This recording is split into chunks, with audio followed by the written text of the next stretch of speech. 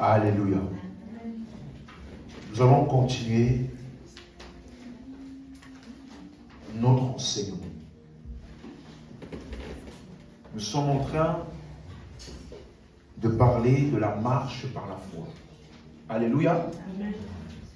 En tant que croyants, nous avons une marche par la foi que nous devons accomplir dans notre vie de tous les jours. Alléluia. Amen. Et la semaine passée, j'ai commencé en expliquant dans 2 Corinthiens 5, verset 7, l'apôtre Paul dit, nous marchons par la foi et non par la vue. Et j'ai expliqué qu'il parlait de ça lorsqu'il faisait un contraste entre les choses qui sont visibles, en parlant du corps mortel, et les choses qui sont invisibles. Et il dit que la marche par la foi consiste donc à considérer, en dépit de ce qui est visible, d'abord ce qui est invisible, au point où ce qui est invisible va affecter et amener au changement ce qui est visible. Amen. Donc, ouvrons nos Bibles dans 2 Corinthiens chapitre 4, le verset 13. 2 Corinthiens 4, le verset 13. 2 Corinthiens 4, le verset 13.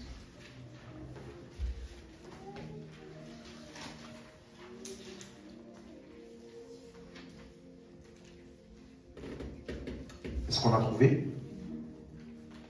Il est écrit, et comme nous avons le même esprit de foi qui est exprimé dans cette parole de l'Écriture, j'ai cru, c'est pourquoi j'ai parlé. Nous aussi, nous croyons, et c'est pour cela que nous parlons. Lorsque nous avons pris le temps d'expliquer ça, je vous ai dit que l'apôtre Paul, il a pris ça dans le psaume 116, le verset 10. Et nous avons expliqué que cela parlait prophétiquement de l'ère de l'Église dans laquelle nous sommes aujourd'hui. Cela veut dire que, en tant que croyants, nous avons tous le même esprit de foi. Dis avec moi, nous avons le même esprit de foi.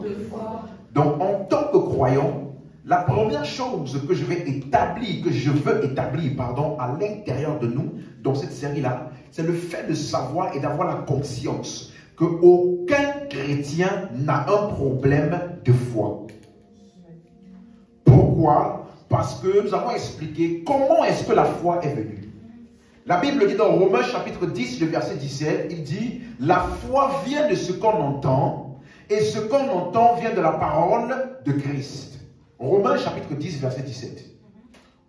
Il dit, la foi vient de ce qu'on entend vient de la parole de Christ. Et ici, j'ai expliqué qu'il ne parlait pas de selon la manière dont certaines personnes interprètent ce verset en disant que chaque fois qu'on écoute la parole, la foi vient. Non. Il parlait en réalité de ce qui s'est passé lorsque tu as reçu le salut. C'est pourquoi au verset 8, il dit, la parole est près de ta bouche et de ton cœur. C'est la parole de foi que nous prêchons.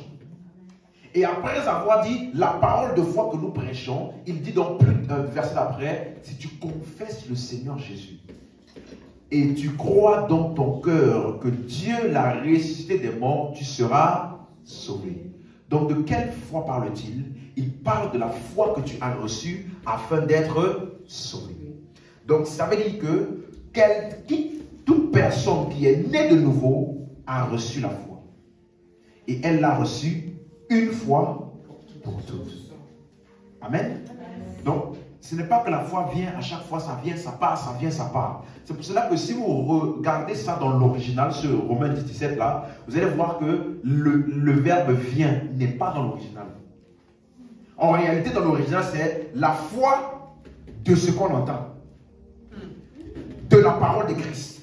En réalité, c'est la parole de Christ là qu'il a appelé la parole de foi. C'est ça qu'il a appelé la foi. Lorsque tu entends le message de Christ, en fait, tu es en train d'entendre la foi. Donc tu ne peux pas me dire j'ai reçu Christ, mais je n'ai pas la foi.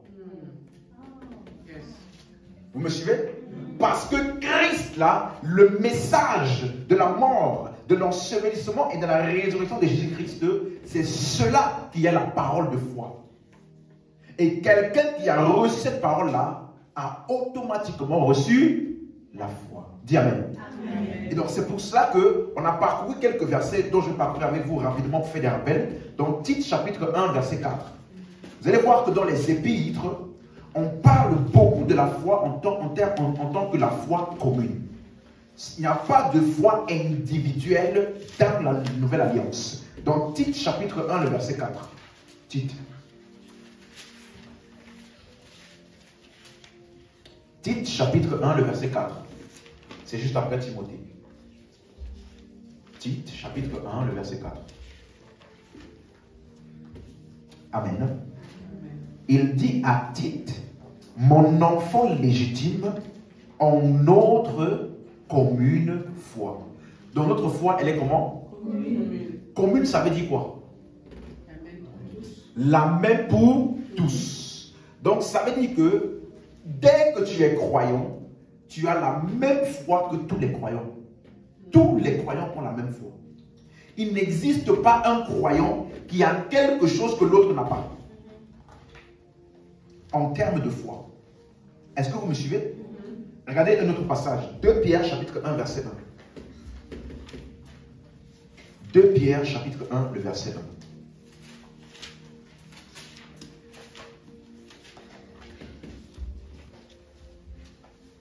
C'est bon? Simon Pierre, serviteur et apôtre de Jésus-Christ, à ceux qui ont reçu en partage une foi du même prix que la nôtre. Donc l'apôtre Pierre, il dit que sa lettre s'adresse à tous ceux qui ont reçu en partage quoi? Une foi du même prix. Donc il n'y a pas quelqu'un qui a une foi supérieure à quelqu'un d'autre. Notre foi à tous est une foi du même prix. Est-ce que vous me suivez? Un autre passage, Romains 1 verset 12. Romains chapitre 1, le verset 12. Ce thème-là est vraiment important. Il dit, on a trouvé?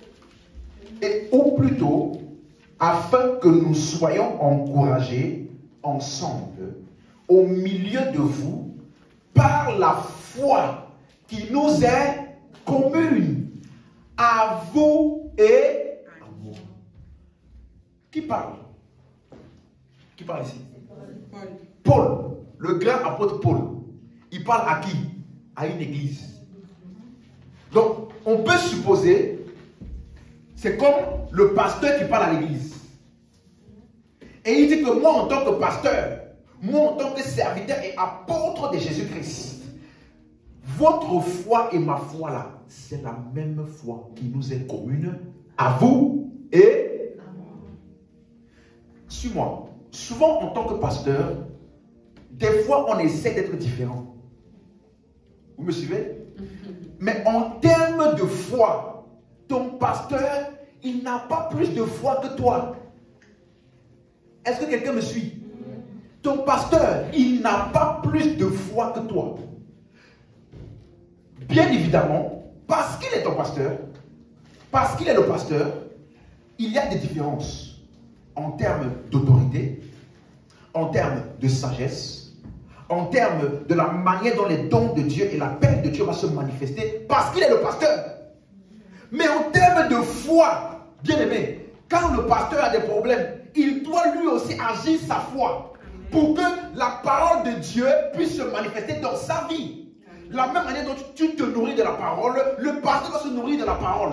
La même manière dont toi tu dois prier et agir ta foi pour avoir des circonstances qui puissent se décanter et changer par la foi, c'est la même manière que le pasteur lui aussi, il va prier comme toi. C'est parce que beaucoup n'ont pas compris ce que je vous explique là, que plusieurs font la différence. Ils ne comprennent pas la différence entre l'opération des dons et la marche par la foi dans ma vie de tous les jours. Et c'est à cause de ça que plusieurs ont créé des doctrines à cause des expériences.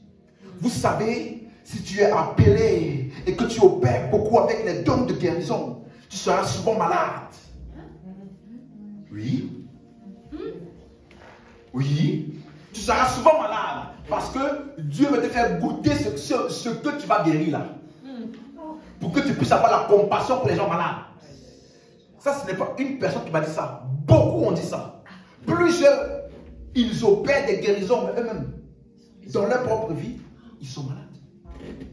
Vous comprenez? Ce n'est pas que dans le domaine de la guérison, c'est dans presque dans tous les domaines. Je connais des personnes, ils disent, vraiment, quand je me mets ici et que je commence à prophétiser, je vois pour les gens. Mais pour moi-même, je n'arrive pas à voir. Parce que, bien aimé, l'opération des dons et de l'appel est en faveur des autres. Maintenant, pour moi, là, je suis un enfant de Dieu comme vous.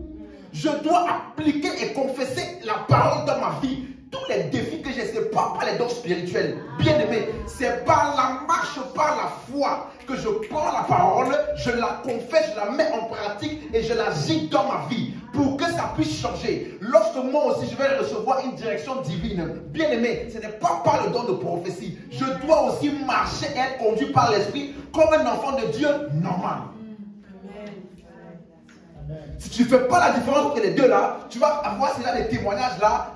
Quand je prie pour les gens, ils sont guéris. Mais pour moi-même, je ne vois pas la guérison. Pourquoi? Pourquoi Seigneur? Pourquoi Seigneur? C'est Dieu qui a mis ça sur moi pour me faire avoir la compassion, pour me faire comprendre comment les gens pour qui je dois prier là, eux aussi, ils sont souvent malades. Mais bien aimé, mon modèle, ce ne sont pas ces gens-là. Jésus a opéré beaucoup de guérisons. Il n'a jamais tombé malade. Amen.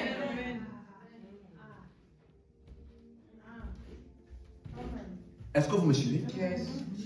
Jésus lui-même, il arrive devant un figuier. Il n'a pas prié par l'opération des dons des miracles. Il a opéré la foi. Et lorsque les disciples lui ont demandé, comment tu as fait? Il a dit quoi? Ayez la foi de Dieu. Donc, il faisait lui-même la différence. Quand on prie pour les gens, quand on fait tout ça là, les dons et l'appel sont manifestes. Mais dans ma situation, j'ai besoin d'un fruit. J'arrive devant une situation dans laquelle j'ai beaucoup investi. Et ça doit me rapporter des choses. Mais l'arbre là ne me rapporte pas de fruits. De la même manière que certains d'entre vous ici, vous avez investi dans beaucoup de choses, d'efforts, de l'argent, dans certains domaines de ta vie qui durent depuis longtemps, et tu n'as pas le résultat que tu es censé avoir. La marche par la foi est pour tous. Parce que la foi là est commune à qui? À tous. Est-ce que quelqu'un m'a suivi? Non, oui, nous le sommes souvent. C'était essayer d'être différents. Mais quand il s'agit de foi là, le pasteur n'est pas différent de toi. Quand j'ai des soucis et j'ai des challenges, je ne fais pas, Seigneur, que l'esprit, que le don, la grâce de Dieu qui se manifeste souvent pour les autres. Non, je prends les mêmes paroles, la même parole de Dieu. Je m'alimente de la parole, je médite de la parole et je commence à déclarer et je commence à agir ma foi jusqu'à ce que ça change. Amen. Tu m'as suivi? Amen. La foi qui nous est commune à vous et à qui? À moi. Donc moi, pasteur, et vous, peuple, on a la même foi. Donc si on va voir les résultats par la foi, on va faire la même chose. Et on a la même foi que Jésus. Donc la maison, lui, il a opéré par la foi. Il a des résultats. Nous aussi, on va opérer par la foi. On va avoir des résultats. Et même plus. Je déclare que ta vie va ressembler à plus que Jésus a fait. Amen. Et comment suivi? Amen. Il faut que nous comprenions la différence. Et que tu saches qu'en tant que croyant, tu n'as pas à vivre une vie comme si tu étais une victime. À courir partout, et on a l'impression que tu n'as rien en toi. On a l'impression que tu es vide. Tellement que tu cours partout. Ah non. Mon objectif là, ça va tellement entrer en toi. Donc, Galates chapitre 6, verset 10, il dit, pratiquez le bien envers tous, surtout envers les frères en la foi. Version Ostava, il dit, la famille de la foi. Donc, tout enfant de Dieu fait partie de la famille de la foi. Pour ce qu'on appelle ça famille de la foi, ça veut dire que chaque membre de la famille là, il a quoi? Donc, comment tu peux dire, je suis enfant de Dieu, je appartiens à la famille de Dieu, j'appartiens à la famille de la foi, mais je n'ai pas la foi. Tu as fait comment pour devenir membre de la famille là? Amen. Donc, La foi est notre partage à tous. Ce n'est pas le fruit d'un effort. La foi là, tu n'obtiens pas la foi en tant que chrétien. Tu n'obtiens pas la foi en venant à l'église. Tu n'obtiens même pas la foi en écoutant un bon message. Tu n'obtiens même pas la foi en lisant la Bible. La foi, c'est ce que tu as reçu quand tu as reçu l'évangile. Donc, pourquoi se nourrir de la parole régulièrement? Pourquoi se nourrir de la parole? Pourquoi venir à l'église? C'est afin de recevoir tous les ingrédients nécessaires pour pouvoir marcher et utiliser la foi que j'ai reçue. Ce n'est pas pour obtenir la foi. C'est pour avoir tous les ingrédients nécessaires pour agir et marcher par la foi, justement. Est-ce que quelqu'un me suit? Donc, tu n'as jamais eu de problème de foi. Jamais. Même pas une fois. Il y a eu un seul moment dans ta vie où tu as eu besoin de foi. Où tu étais en manque de foi. C'était avant que tu n'écoutes l'évangile. Aucun chrétien, vous avez déjà vu des personnes là, tu vas voir le médecin ou le nutritionniste, il te dit, madame, vous avez une carence en fer, une carence en vitamine D, une carence en calcium. Vous voyez? Prenez des vitamines, des suppléments alimentaires. Vous voyez? De la même manière, il y a eu une seule fois dans ta vie où tu avais une carence de foi. C'était quand? Avant que tu n'écoutes. Le jour où tu as écouté l'évangile, que tu as reçu l'évangile, cette carence a été comblée une fois pour toutes. Une fois pour toutes. C'est pour cela que ceux qui ne sont pas croyants, ceux qui ne sont pas encore sauvés, on les appelle comment? Des non-croyants. Et ceux qui sont sauvés, on les appelle comment? Croyants, ça veut dire? Je vais te donner un verset. 1 Corinthiens 7, verset 14. 1 Corinthiens, chapitre 7.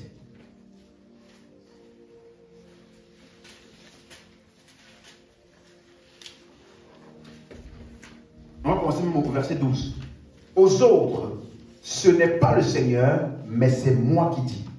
Si un frère a une femme non croyante,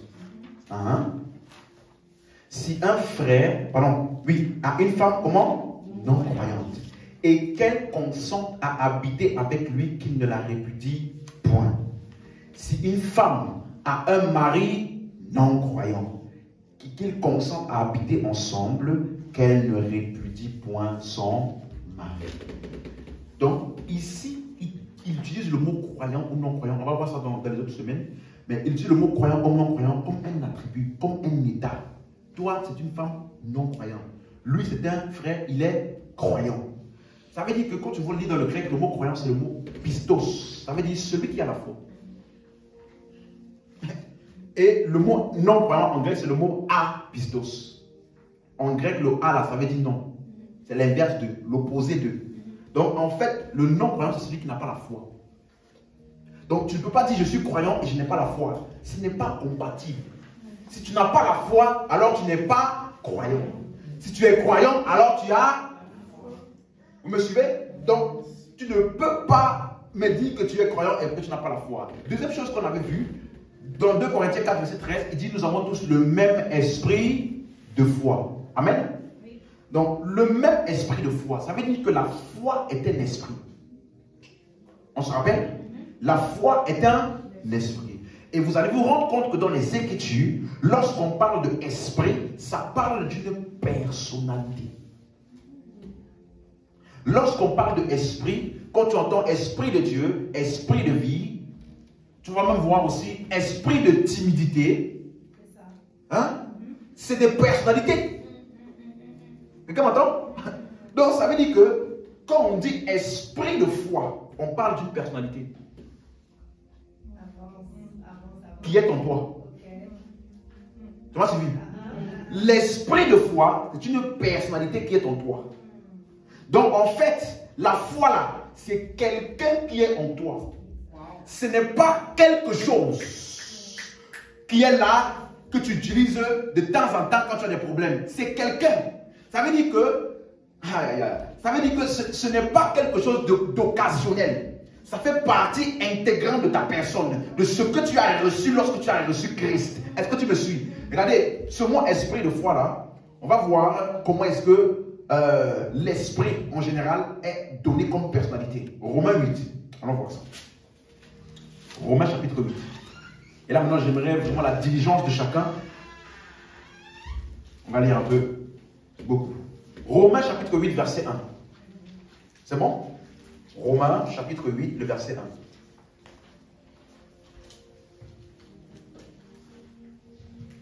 C'est bon? Ok. Il n'y a donc maintenant aucune condamnation pour ceux qui sont en Jésus-Christ. Quand l'esprit de foi voit ce genre de passage, qu'est-ce qu'il fait? Il croit et il parle. Vous me suivez?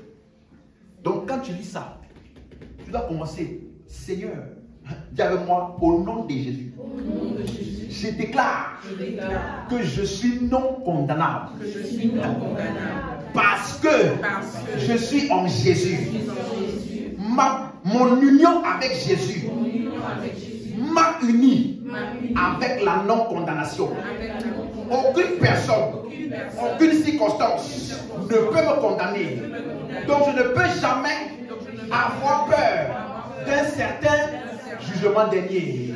Parce que je suis non condamnable et j'ai été déclaré non coupable pour toujours. Parce que je suis en Christ. Voilà comment parle l'esprit de foi. Amen. Tu m'as suivi? Il n'y a donc maintenant aucune condamnation. Voilà pourquoi c'est le même dans Romains 8 quand vous lisez le verset 33, 34, 35. Qui accusera les élus de Dieu? Qui peut m'accuser? Même si tu viens devant Dieu, tu fais la liste de tous mes péchés les plus graves. Dieu va dire, mon ami, lui là, non condamnable, non coupable. Tu es venu 2000 ans en retard. Tu m'as suivi? Mais si tu n'es pas conscient de ça et que tu marches par la vue, tu marches par le sentir, non, à ce moment-là, je me sens souillé. Nous ne marchons pas par le sentir. Nous marchons par la foi. Et la foi croit et parle ce que Dieu dit de nous. Amen. Indépendamment de ce que nous sentons. Ce n'est pas le sentir, c'est le savoir. Amen. Yes. Revenons, verset 2. En effet, la loi de l'esprit de vie en Jésus-Christ m'a affranchi de la loi du péché et de la...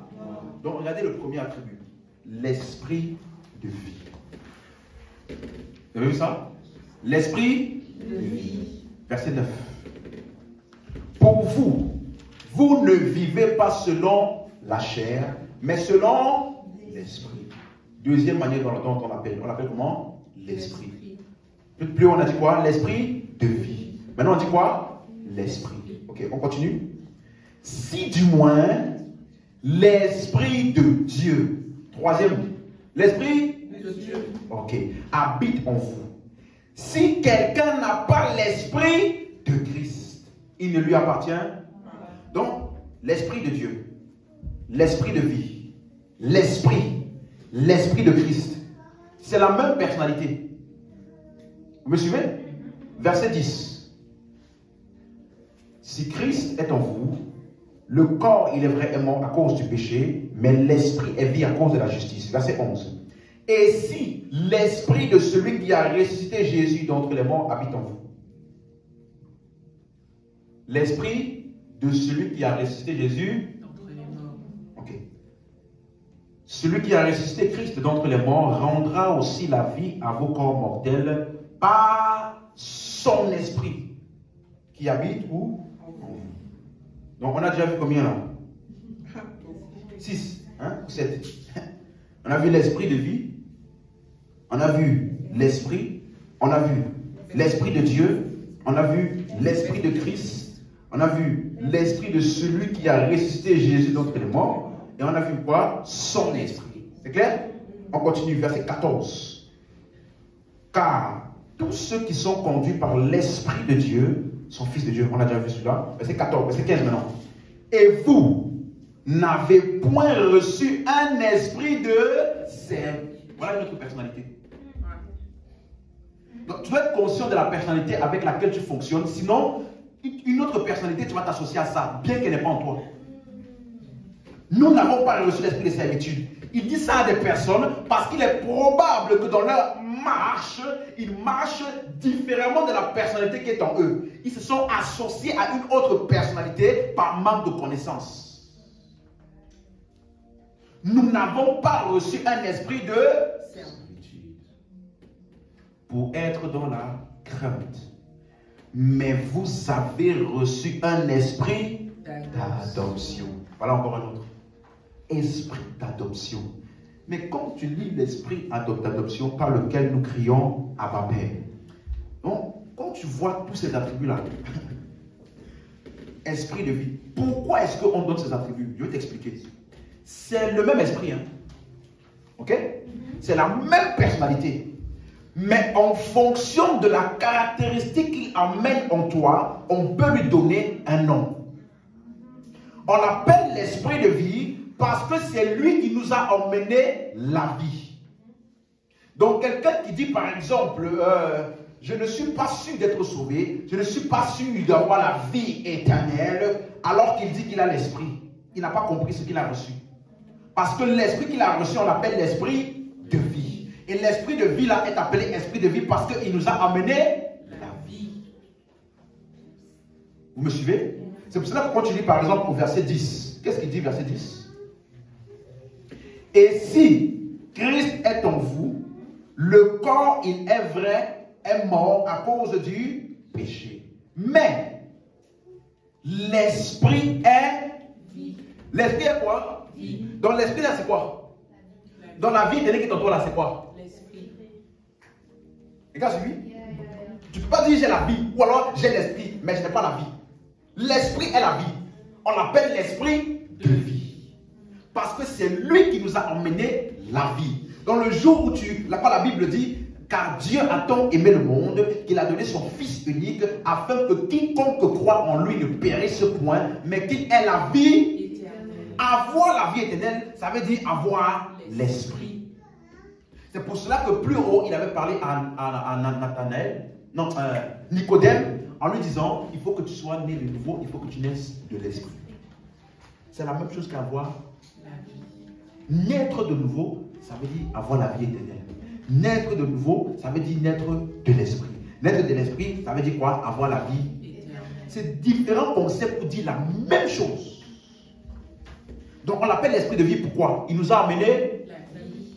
Donc maintenant, si on l'appelle aussi esprit d'adoption, déjà, pour bien avoir la même longueur d'onde, adoption dans la Bible, ce n'est pas comme adoption où tu es parti, tu as aimé un enfant quelque part, tu as aimé sa photo, tu es parti, faire les dossiers, pourquoi tu donnes son enfant, maintenant c'est mon enfant. Adoption dans la Bible, ça veut dire positionner en tant que fils digne de recevoir et d'opérer avec un héritage. Allons voir ça. Galates chapitre 4, verset 6. Galates chapitre 4, le verset 6. Amen. Quelqu'un me suit bien? Galates 4, le verset 6. Quand tu vois adoption, ça ne parle pas de l'adoption comme dans notre usage commun d'aujourd'hui. Galates chapitre 4, le verset 6. Amen. Il dit, et parce que vous êtes fils, Dieu a envoyé dans nos cœurs l'esprit de son Fils, par lequel crie, Abba Père. Donc, ce qu'il a appelé l'esprit d'adoption, qui nous fait crier Abba Père, ici il a appelé ça quoi? Esprit de son Fils. Donc, esprit d'adoption, esprit de son Fils, c'est la même chose. Ça nous a fait pouvoir appeler Abba Père. Parce que tu ne peux pas appeler Dieu Père si tu n'as pas l'esprit de son Fils. C'est le Saint-Esprit qui nous a fait devenir enfants de Dieu. Il dit, on a lu, pardon, dans Romains 8 tout à l'heure là, il dit, l'Esprit rend témoignage à notre esprit que nous sommes enfants de Dieu. Donc, enfant de Dieu là, c'est la caractéristique de tous ceux qui ont l'esprit de son Fils. Est-ce que quelqu'un me suit? C'est clair pour quelqu'un? Non? Voilà pourquoi maintenant au verset 7, Galates 4, pardon, verset 7, Galates 4, verset 7, il dit, et si tu n'es plus esclave, mais fils. Et si tu es fils, tu es aussi. Donc, esprit d'adoption ou esprit de son fils là, adoption veut dire positionner en tant que fils pour l'héritage. Afin d'être quoi? Héritier. Vous comprenez maintenant? Donc, adoption, c'est pas arriver un enfant quelque part, Dieu vraiment, j'étais un moins que rien, j'étais perdu et Dieu m'a pris. Non, non, non, non. Esprit d'adoption veut dire qu'on t'a positionné en tant que fils de Dieu et héritier. Ça veut dire que dès que tu es fils de Dieu, là, il y a un héritage que tu as reçu. Il y a un héritage qui est ta portion. Tu es héritier. Amen. Donc, on l'appelle esprit d'adoption ou alors esprit de son fils. Pourquoi? Parce que c'est lui qui nous a donné la filiation avec Dieu. Vous comprenez ça? C'est par lui que nous pouvons dire que Dieu est notre Père. C'est par lui que nous pouvons dire que nous sommes fils de Dieu. Vous me suivez? D'autres versets, on l'appelle aussi l'esprit de vérité. Dans Jean 16, il dit, lorsque le consolateur sera venu, l'esprit de vérité, il vous conduira dans toute la vérité. Donc, pourquoi est-ce qu'on l'appelle esprit de vérité? Parce que c'est lui qui nous conduit dans toute la vérité. Donc maintenant, question. Pourquoi est-ce qu'on l'appelle esprit de foi? C'est lui qui nous a emmenés là. C'est le même esprit. C'est en fonction de ce qu'il nous emmène qu'on le caractérise avec une certaine appellation. Mais c'est la même personnalité. Donc, comme tu as reçu l'esprit, tu as reçu la foi. Vous voyez, vous comprenez maintenant? Pourquoi on l'appelle l'esprit de foi? C'est lui qui a mis la foi en nous. Donc, c'est tout à fait logique quand la Bible dit que dans Jean chapitre 16, ouvrons rapidement, Jean chapitre 16, on dit, il convaincra le monde en ce qui concerne le péché, la justice et le jugement. Donc, si le Saint-Esprit, il est celui qui va convaincre le monde. Quand il sera venu, verset 8, Jean 16, verset 8, quand il sera venu, il convaincra le monde en ce qui concerne le péché, la justice et le jugement. Donc, ça veut dire, on a vu ça ici, convaincre, qu'est-ce que ça veut dire? Emmener à croire. Donc, s'il doit emmener le monde à croire, ou convaincre le monde, il dit en ce qui concerne le péché. Maintenant, regardez verset 9. Qu'est-ce qu'il dit? Verset 9. En ce qui concerne le péché, parce qu'il ne croit pas en moi. Vous avez vu ça? Donc, quel est le péché dont il s'agit ici? Est-ce que c'est tu as volé hier? Est-ce que tu as menti hier? Il convainc le monde parce qu'ils ont le seul péché dont Dieu prend compte et qui peut les emmener en enfer. C'est quoi? Ils n'ont pas cru. Donc, quelle est la mission ou le ministère de l'Esprit? C'est de faire en sorte que les hommes puissent croire en Jésus. Comment il fait ça? Il va convaincre. Vous me suivez? Le ministère de l'Esprit est un ministère qui consiste à convaincre le monde afin qu'il puisse croire en Christ. Et comment il fait ça? En donnant des preuves palpables. Vous vous rappelez par exemple, quand quelqu'un ne croit pas et que tu arrives à le faire croire, qu'est-ce qu'on dit que tu as fait? Convaincu. Tu l'as? Convaincu. Voilà. Par exemple, Thomas, la première fois où Jésus est apparu aux disciples, il n'était pas là. Et quand on lui a dit, oui, le maître, il est ressuscité. Il dit quoi? Mais, maître quoi? Ressuscité, mon ami. Tant que je ne mets pas ma main et que ça ne rentre pas dans le trou de ses blessures, si je ne mets pas mes mains de son côté, je ne croirai pas. Donc quand Jésus est venu, il dit, regarde mes mains, regarde mon côté, et subitement, Thomas étant convaincu, il s'est prosterné, il a dit, mon Seigneur et mon Dieu. Donc qu'est-ce que Jésus a fait? Il a Voilà. Donc, qu'est-ce que le Saint-Esprit va faire quand à quelqu'un qui ne croit pas en Jésus? Il va le convaincre. Mais comment? La foi vient de ce qu'on entend de la parole de Christ. Ça veut dire que chaque fois que nous prêchons l'évangile qui est la parole de foi, l'esprit de foi est communiqué aux personnes afin qu'ils puissent croire. Vous vous rappelez, on a vu ça dans la série Perfectionner pour l'œuvre du ministère. Comment prêcher l'évangile? Nous prêchons l'évangile par la puissance de l'esprit qui est en nous. Vous suivez? C'est pour cela qu'on appelle ça la démonstration d'esprit et de puissance. Parce que l'esprit là est ce qui donne à la parole de foi de convaincre. Donc le premier contact que nous avons eu avec l'esprit de foi, c'était quand on a cru en l'évangile. Parce que qui nous a convaincus?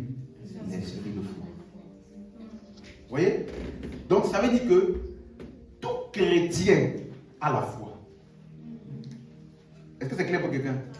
Donc tous les concepts là, esprit de foi, esprit de Christ, esprit d'amour, esprit de vérité, sont des concepts identifiés à l'esprit en fonction de ce qu'on veut mettre en emphase qui nous a emmenés. Si on veut mettre l'emphase sur le fait qu'il nous a amené la vie, on l'appelle comment? Esprit de vie. Vous comprenez maintenant? Non? Quand tu étudies les Écritures, ça devient maintenant clair pour toi. Parce que quand tu lis les Écritures, tu pensais qu'on a 25 esprits. Esprit d'adoption, esprit de foi, esprit d'amour, esprit de vie, esprit de Christ, esprit de celui qui a resté Jésus quand il est mort. En fait, c'est comment on a combien d'esprits? Vous voyez? Mais tout ça, c'est le même esprit, mais dont en fonction de ce qui nous amène là, que l'auteur il veut nous faire voir, il donne un certain nom en fonction d'une certaine caractéristique qui nous a amené. C'est clair pour quelqu'un? Oui. Donc l'esprit de foi là, c'est le même esprit que l'esprit de Dieu, l'esprit d'amour, l'esprit de Christ, l'esprit de son Fils. Vous me suivez? Et donc c'est pour cela que quand la Bible dit, on a vu ça, nul ne peut dire Jésus est Seigneur si ce n'est par le Saint-Esprit. Donc si jamais tu vois quelqu'un qui a réussi à dire Jésus est Seigneur, en fait, il ne peut le dire que par le Saint-Esprit. Or, comment sommes-nous nés de nouveau? En confessant que Jésus-Christ. Si tu confesses de ta bouche le Seigneur, en croyant dans ton cœur que Dieu l'a ressuscité notre élément, tu seras sauvé. Donc, on a été sauvés parce que le Saint-Esprit nous a convaincus et a généré en nous la foi, et nous avons cru en l'œuvre de Christ et nous avons confessé que Jésus est Seigneur. Donc le Saint-Esprit est en réalité et vraiment l'esprit de foi. Et c'est en rapport avec le fait qu'il est aussi l'esprit de vérité. Parce que pour qu'un homme puisse reconnaître que Jésus est Seigneur, il faut qu'il ait reçu la révélation de Jésus. Or, qui est celui qui conduit là dans la vérité? Qui est celui qui révèle Jésus au monde? C'est qui? Le Saint-Esprit. Donc, le Saint-Esprit, regardez comment toute l'œuvre de la rédemption, là, toute l'œuvre de la rédemption, dans sa totalité, est faite par l'œuvre ou le ministère de l'Esprit. Pour que tu puisses avoir la révélation de qui est Jésus, la révélation de l'œuvre de la rédemption, comment tu as fait? Qui est-ce qui t'a révélé l'œuvre de la rédemption? Le Saint-Esprit. Et maintenant, après t'avoir révélé l'œuvre de la rédemption, qui t'a donné la foi pour que tu puisses croire en l'œuvre de la rédemption que tu as reçue là? C'est qui? Le Saint-Esprit. Vous voyez? Esprit de foi, esprit de vérité. C'est le même esprit. Donc, première vérité à ne jamais oublier. Dis, j'ai l'esprit de foi. J'ai l'esprit de foi. J'ai l'esprit de Christ. J'ai l'esprit de Christ. J'ai l'esprit de vérité. J'ai l'esprit de vérité. Maintenant, dis ceci. Je n'ai aucun problème de foi. Je n'ai aucun problème de foi. Dis, j'ai reçu toute la foi. J'ai reçu toute la foi. Donc j'ai besoin pour toute ma vie. Pour toute ma vie. Ça veut dire qu'il n'y a aucun problème que tu vas affronter. Donc tu n'as pas déjà tout le nécessaire en toi pour assujettir ça. Parce que Jésus dit, si vous avez la foi de Dieu, vous direz à cette montagne, ôte-toi de là et jette-toi où? Donc ça veut dire que, quelle que soit la taille du problème, quel que soit à quel point la montagne s'est ancrée dans la terre, à quel point le problème est grandiose, si tu as la foi, la montagne va se déplacer. Donc en réalité, tu as déjà tout pour vivre dans ce monde-là dans une victoire totale, matin, midi, soir, tous les jours de l'année et sans arrêt. Dis encore amen. Amen. C'est pour ça que quand tu dis avec moi, Colossiens 2, verset 9. Alléluia. Colossiens 2, verset 9. Il dit, voilà ce truc-là. Suis-moi, tu vas parler. Tu vas tellement parler que même si tu n'es pas prévu de réussir, le succès va s'attacher à toi. Moi, je dis. Regardez ce qu'il dit. Colossiens 2, verset 9. Car en lui, ça parle de qui? Christ. Ok. En lui habite corporellement toute la plénitude de la divinité. Oh mon Dieu. Je pense que tu n'as pas vu ce que j'ai fait. Réalisons. Car en lui habite comment? Corporellement toute la plénitude. La moitié? La plénitude. De quoi? Ça veut dire que tout ce que tu peux imaginer de Dieu, tout ce que tu peux appeler Dieu, qui vient de Dieu, qui est associé à Dieu, tout ça là, dans sa plénitude a été tabernaclé où? En Christ. En lui habite, n'est-ce pas? Maintenant, question. Le Christ là, en qui il y a tout là? Aïe, aïe, aïe, aïe. Il est où? Il est où? Pourquoi tu souffres? Pourquoi tu vis et tu acceptes dans ta vie des situations alors que toute la plénitude de Dieu qui a créé le ciel et la terre par sa puissance là est en toi? Est-ce que tu me suis? Comment tu peux avoir le créateur de tout l'univers avec toute sa puissance? Parce que cela avait dit, il avait seulement mis son pied. Hein? Il avait seulement mis une partie de lui. Là, j'allais comprendre qu'il y a des facettes de Dieu, comme certains disent, il y a des facettes de Dieu qui manquent dans ma vie. Il n'y a aucune facette. La plénitude de la totalité de la divinité a pris sa demeure, où? Conséquence, verset 10. Verset 10. Vous avez tout. Ah non. Vous avez tout. Comment? Pleinement. Où? Suis-moi. L'apôtre Paul fait ce qu'on appelle une redondance afin de te montrer la portée de la plénitude qui est en toi. Quand tu as déjà tout, tu as tout, n'est-ce pas? Pourquoi il dit pleinement? Est-ce que tu peux avoir tout à moitié? Si tu as tout, tu as déjà? Pourquoi il dit maintenant tout? C'est pour montrer à quel point il n'y a rien qui manque en toi. En fait, tu n'as jamais manqué de rien. La seule raison pour laquelle tu as l'impression que dans ta vie il y a encore des choses, c'est parce que tu n'as pas pris pleinement conscience de la plénitude qui est en toi. Tu m'as suivi? Et tu es au bon endroit. Et je déclare, que parce que tu es ici et que tu es en train de prendre conscience de la plénitude qui est en toi là, ce n'est même pas moi qui vais faire. Je déclare que la plénitude de la puissance qui est en toi là agisse dans ta vie. Amen. Que les circonstances qui sont devant toi s'inclinent devant la plénitude de Dieu en toi. Amen. Au nom de Jésus. Amen. Tu m'as suivi? Comment est-ce que tu peux marcher dans la rue la tête en bas alors que tu as la plénitude de Dieu en toi? Comment c'est possible? Comment est-ce que le monsieur là ou la personne t'a dit on n'a pas besoin de vous dans ce travail là et tu parles la tête courbée? Non, il a raté la plénitude de Dieu. Il a raté l'occasion de voir Dieu pleinement agir dans son entreprise. Et donc quelqu'un va profiter de l'opportunité d'avoir Dieu pleinement en lui. Est-ce que tu m'as suivi? S'ils t'ont refusé, c'est eux qui ont perdu. Tu n'as pas dit encore amen. Amen. Tu m'as suivi? Yes. Ah non, vous savez, vraiment, est-ce que je trouverai encore un homme comme ça? Il m'a laissé. Franchement, je me sens comme une vieille chaussette. Arrête ça! Tu as tout pleinement. S'il t'a laissé, c'est lui qui a perdu. Donne-moi un amen ici comme il faut. Tu m'as suivi? Ça là, ce genre de langage ne doit jamais sortir de ta bouche. Tu m'as suivi? Je je déclare sur toi, tu ne vas jamais mendier l'amour de qui que ce soit. Amen. Parce que tout l'amour de Dieu a été déversé dans ton cœur par l'Esprit de Dieu. On l'appelle aussi l'Esprit d'amour. Tu m'as suivi? Alléluia.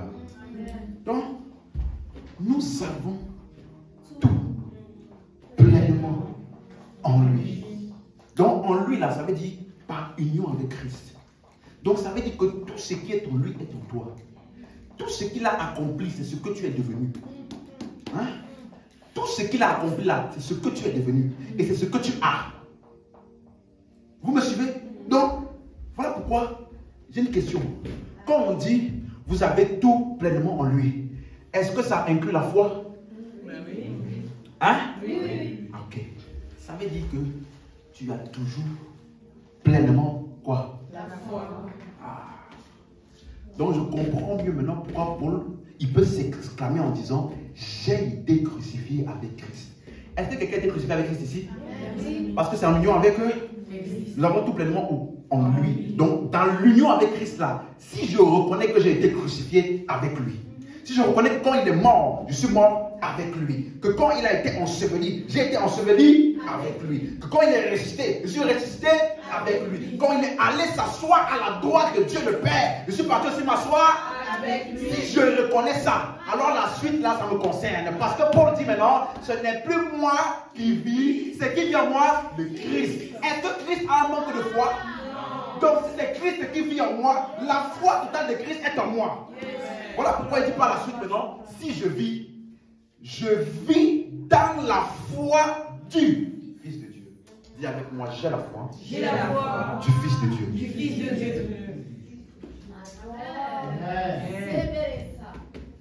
Tu m'as suivi? Souvent là, quand tu entends quelqu'un parler, il va vouloir te montrer à quel point il a une très grande foi. Comment sa foi est tellement spéciale qu'elle a atteint un certain niveau spécial. Mais aucun chrétien n'a plus de foi qu'un autre. Tu m'as suivi? Parce que nous avons tous le même esprit de foi. Est-ce que vous me suivez? Aucun chrétien, il faut que ça rentre. Tu n'as jamais eu un problème de foi. Donc, il ne faut plus être de la catégorie de ceux-là. Vraiment, est-ce que ce n'est pas ma foi? Seigneur, aide ma foi, soutiens ma foi en ce moment-là. Parce que j'ai du mal. Ce n'est pas la foi le problème. On va voir dans quelques instants d'où peut venir la différence des résultats. Mais en tout cas, j'ai dit ça vendredi, si tu sais que tu as tout l'argent dont il faut dans ton compte bancaire et que tu pars devant la caisse, hein, tu fais passer ta carte et on dit ta carte n'est pas passée, est-ce que tu vas trembler à cause de l'argent? Non. Pourquoi? Parce que tu sais que tu as. Donc s'il y a un problème, ça peut être notre problème. Des fois, il faut juste essuyer la carte comme ça ou bouger un peu et ça remarche. Mais en tout cas, en ce qui concerne le montant d'argent, j'ai ça là. Ça ne paye jamais de problème d'argent. Vous voyez? Donc ça m'évite déjà un stress déjà d'un côté. Pour me concentrer sur les vraies choses sur lesquelles je dois vraiment travailler. Mais si tu ne sais même pas que tu as la foi. Vous me suivez? Regardez. Donc, je dis que quand tu comprends ça, tu vas lire maintenant les 4 évangiles d'une manière différente. Parce que dans les 4 évangiles, on ne parle pas de la foi commune.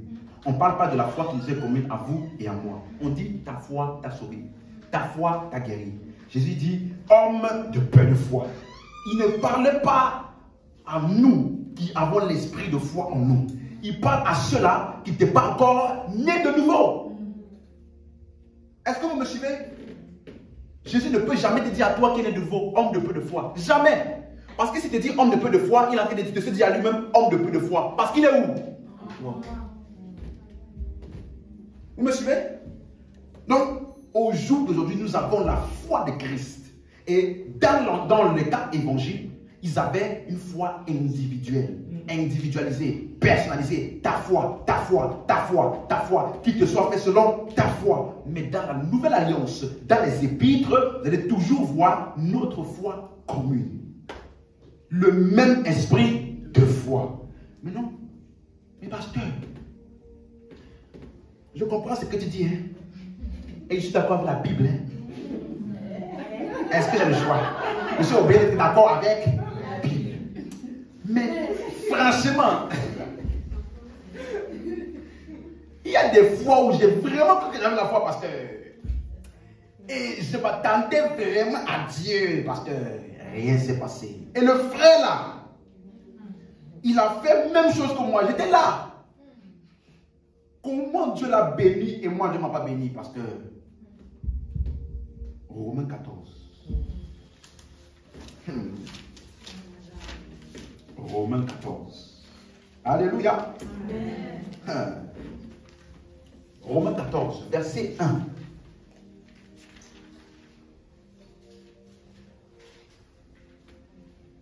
C'est bon? Il dit ceci. Faites accueil à celui qui est faible dans la foi. Regardez ce qu'il a dit et ce qu'il n'a pas dit. Est-ce qu'il a dit faites accueil à celui qui a une faible foi? Non.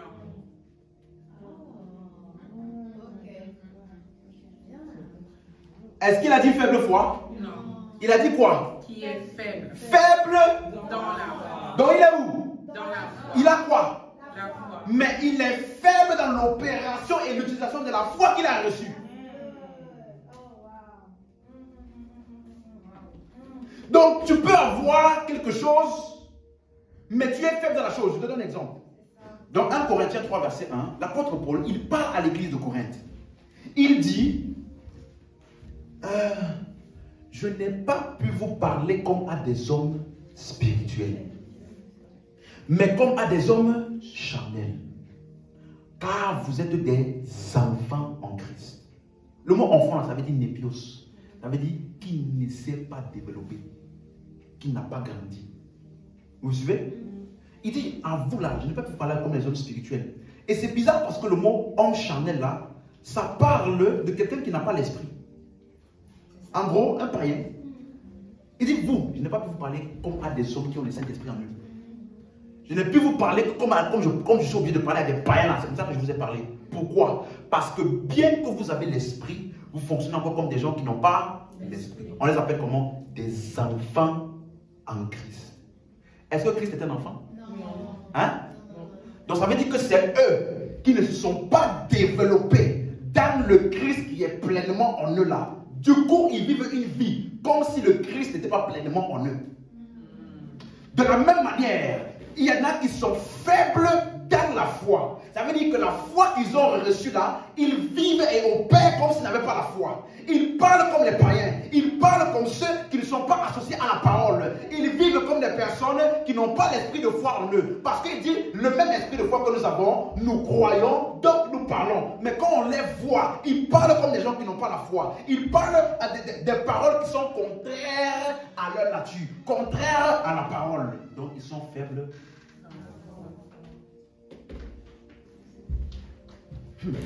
Quelqu'un m'a suivi? Donc ce n'était pas la foi le problème. Ce n'est pas parce qu'il n'avait pas de foi. Il n'a pas de problème de foi. Vous me suivez? Donc voilà pourquoi quand tu connais ce genre de vérité là, c'est plus simple de conseiller les gens et de les aider. Il dit faites accueil à ceux qui sont faibles dans la foi. Mais si toi-même tu ne sais pas que tout chrétien a la foi, tu vas commencer à le manipuler, à lui dire, mon ami, va travailler ta foi. Travaille. Il faut que tu augmentes ta foi. Il faut que ton niveau de foi soit plus encore augmenté. Et lui, il va partir pour prier, pour essayer d'augmenter la foi. Alors qu'il a déjà la foi. Vous me suivez? En fait, il est faible dans la foi parce qu'il ne sait pas qu'il a la foi. C'est ne pas savoir que tu as la foi là qu'on appelle faible. Quelqu'un me suit? Très important. Donc je vais dire à quelqu'un et je vais te rassurer. Ce jour où on a prié pour toi et que tu n'as pas été guéri, ce n'est pas parce que tu n'avais pas la foi pour recevoir la guérison. Ce jour où tu as prié et tu n'as pas vu la manifestation de la réponse, ce n'est pas parce que tu n'avais pas la foi pour recevoir. C'est simplement parce que tu n'as pas su utiliser ta foi pour recevoir. Et tu es au bon endroit. J'ai dit, avant la fin de cette série-là, peu importe le nombre de l'opposition et de la situation là, avant la fin de cette série-là, ça va s'incliner devant toi. Amen. m'as suivi? Donc, d'où vient la différence? C'est parce que certains, ils sont faibles dans la foi. Pourquoi? Il y a beaucoup de chrétiens qui ne savent même pas qu'ils ont la foi. Tu me suis? Il dit, je suis croyant. Hein. Tu es croyant? Oui, je suis croyant. Tu as la foi? Je travaille dessus. Tu me suis? C'est comme si je te disais, tu es un homme? Oui. Tu es un homme? Oui, je suis un homme. Tu es un garçon? Je travaille dessus. Vous me suivez? Comme si je te demandais, tu es un être humain? Oui, je suis un être humain. Tu as une bouche? Je travaille dessus. Ça n'a pas de sens. Vous me suivez? Ça me rappelle l'histoire. J'avais écouté l'histoire, ça m'a fait rire. Mais c'est très, très, très véridique. Un monsieur, il est parti dans un bateau. Il a économisé tout son argent pour acheter un ticket pour prendre un bateau. Parce qu'il voulait aller de l'autre côté de la mer. Pour réussir sa vie de l'autre côté. Vous me suivez? Quitter son pays. Donc il a acheté un billet pour un grand bateau qui allait de l'autre côté. Ok? Et donc, arrivé dans le bateau, il a sa chambre et tout, là où il s'installe et puis il peut dormir. Tout est nickel. Il y a donc un espace de restauration où les gens doivent manger. Et lui, quand il arrive dans l'espace de restauration, il commence à se sentir triste. Ah, j'ai mis toutes mes dépenses dans le ticket. Maintenant, je n'ai même pas assez d'argent pour aller acheter à manger là-bas. Du coup, le voyage là devait faire 5 jours. Donc pendant 3 jours, il a fait jeûne. Il n'a pas mangé. Il s'est contenu. Il partait marcher, il regardait la mer. Il changeait les idées, mais on dit souvent vaincre la famille. Pendant 3 jours, il a réussi à tenir. Le 4e jour, il a dit, tu sais quoi, même si on m'emmène en prison, même si on me fait nettoyer le bateau, je m'en fous, j'ai trop faim. Il est parti, il est rentré dans le restaurant, il s'est assis, il a dit, poulet, pris, envoyé. Il a dit, je vais manger, je m'en fous, le résultat c'est après, il n'arrive pas à payer, même si on me fait payer, c'est pas grave. Même si je dois nettoyer le bateau, je dois après aller en prison, c'est pas grave. Là, j'ai trop faim, c'est mon estomac qui prime maintenant. Il est entré, il a mangé. C'était le 4e jour, hein. Il a fini de manger. Il s'assoit maintenant. Pardon, il se lève. Et pour lui, il a dit, bon, au moins, mon ventre est plein. Donc j'ai la force pour nettoyer, si jamais on me demande de nettoyer. Il voit, les serveurs viennent préparer son plat et il part. On ne demande rien. Il dit, ah, monsieur le serveur, vous n'avez pas oublié quelque chose? Il dit, non. Vous voulez un autre plat? Il dit, non. Je n'ai rien à payer. Il dit, bah non, monsieur. La restauration était incluse dans votre ticket. Et donc, il a fait 3 nuits de jeûne.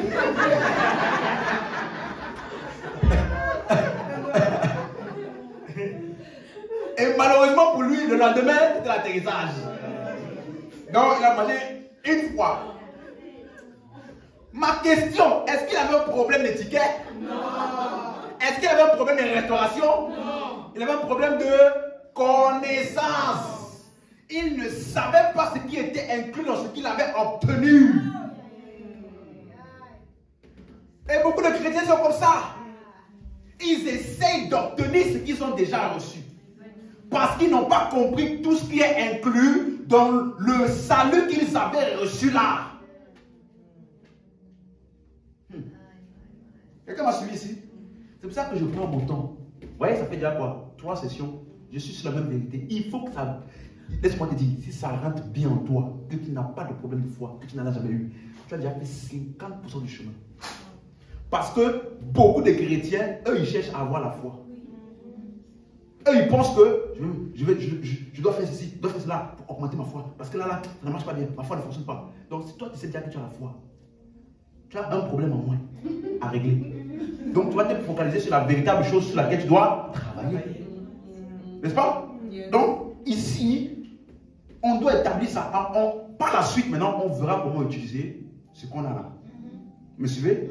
Maintenant, alors, rapidement, Matthieu 12, verset 35. Alléluia. Amen. Matthieu 12, le verset 35.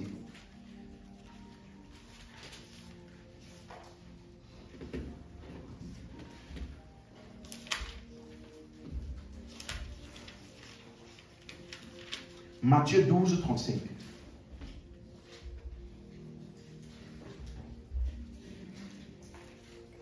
C'est bon? Ok. Regardez ce qu'il dit. L'homme bon tire de bonnes choses de son bon Trésor. Quelqu'un la version semeur. Semeur.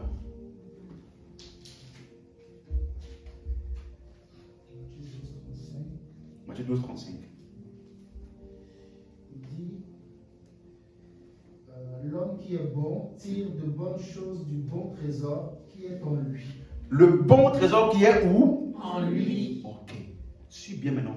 Pour te donner le contexte, Jésus parlait par rapport au salut. Il avait plus haut dit, ceux qui blasphèment contre le Saint-Esprit, ça ne sera pas pardonné. Et par la suite, versets 36, 37 et 38, vous allez voir, il dit, par vos paroles, vous serez justifiés, par vos paroles, vous serez condamnés. Il parle vraiment de la foi, parce qu'on est justifié par quoi? Par la foi. Vous me suivez? Donc, il dit ici quelque chose, suis bien.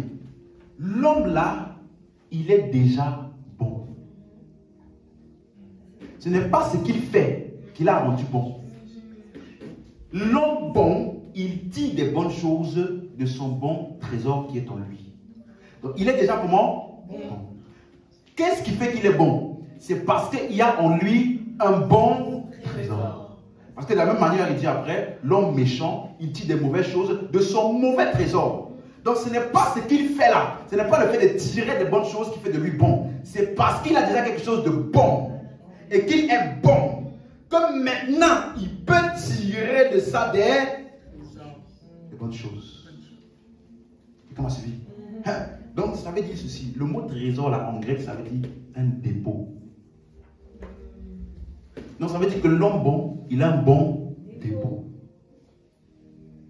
Et il parlait en rapport avec la foi. Suis-moi. Ça veut dire que Dieu a fait un dépôt de foi en chacun de nous. Dieu a fait et placé un dépôt de foi en chacun de nous. Même dépôt. Donc ce n'est pas quand tu as prié ou quand tu as eu des résultats, ce n'est pas à ce moment-là que tu as eu la foi. Tu as la foi parce que Dieu a déposé en toi un dépôt. Vous me suivez? D'ailleurs, moi j'ai un dépôt, de foi, en moi. Donc maintenant, comment ça fonctionne? Suis bien, suis bien. Philémon chapitre 1, le verset 4. Quelqu'un cite à la version King James. J'aurais besoin de deux personnes. Une personne qui va lire ça en anglais, une personne qui va nous traduire ça. Philémon chapitre 1, le verset 4.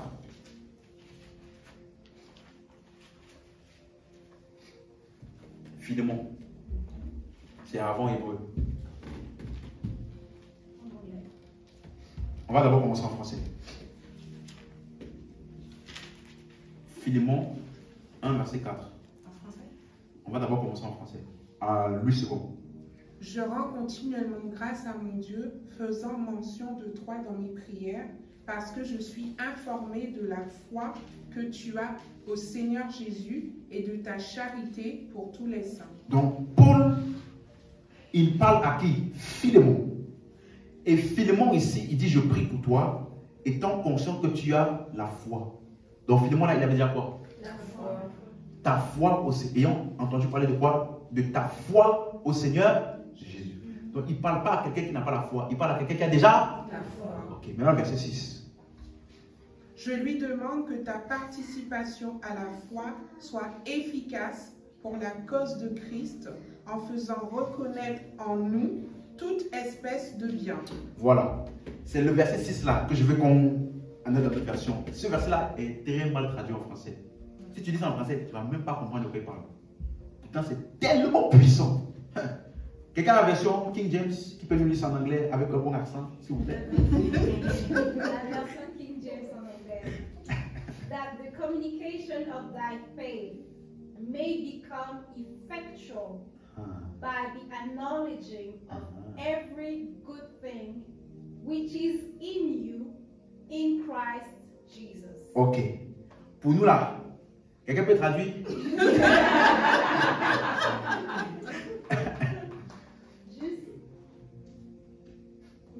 Quelqu'un peut traduire pour nous? Que la communication de ta foi puisse devenir efficace. Attends.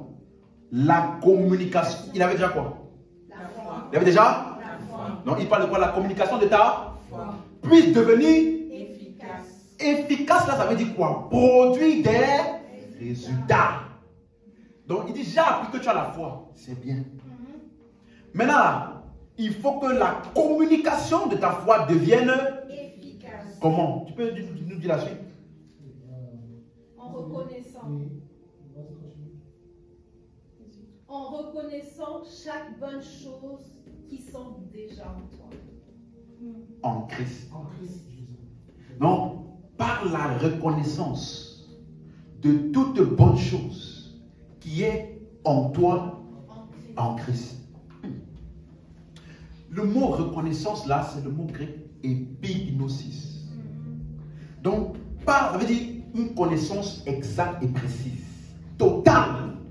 Donc, ça veut dire ceci. Chaque fois que tu ne reconnais pas ou que tu ne prends pas pleinement connaissance et conscience de toutes les bonnes choses qui sont en toi, en Christ, ta foi là est inefficace. Ta foi là est paralysée. Donc en fait, tu n'as pas un problème de foi, tu as un problème de reconnaissance des choses qui sont en toi. On dit l'homme bon, il dit des bonnes choses de son bon trésor qui est en lui. Donc pourquoi est-ce qu'il dit des bonnes choses? Parce que lui-même, il est conscient qu'il a déjà un bon trésor. Donc c'est parce que je suis conscient que j'ai un bon dépôt en moi que je peux maintenant l'utiliser afin de produire des résultats. Donc Paul prie, je prie pour toi Timothée, j'ai appris que tu as la foi, c'est bien. Mais pour que ta foi puisse produire des résultats ou devenir efficace, il faut que tu puisses reconnaître. Tu ne dois pas reconnaître ta condition physique. Ta foi ne fonctionne pas par la reconnaissance de ta situation actuelle. Seigneur, actuellement là, c'est chaud. Je n'arrive pas à avoir la sortie de ce problème-là. Ce n'est pas par la reconnaissance de tes problèmes. C'est par la reconnaissance de toutes les bonnes choses qui sont en toi ou en Christ. Donc, devant même le problème, devant même la maladie, je reconnais que j'ai la domination et la puissance sur la maladie. Devant le péché, devant l'addiction, je reconnais que j'ai la domination et le pouvoir sur le péché. Et c'est comme ça que la foi qui est déjà en moi là trouve expression.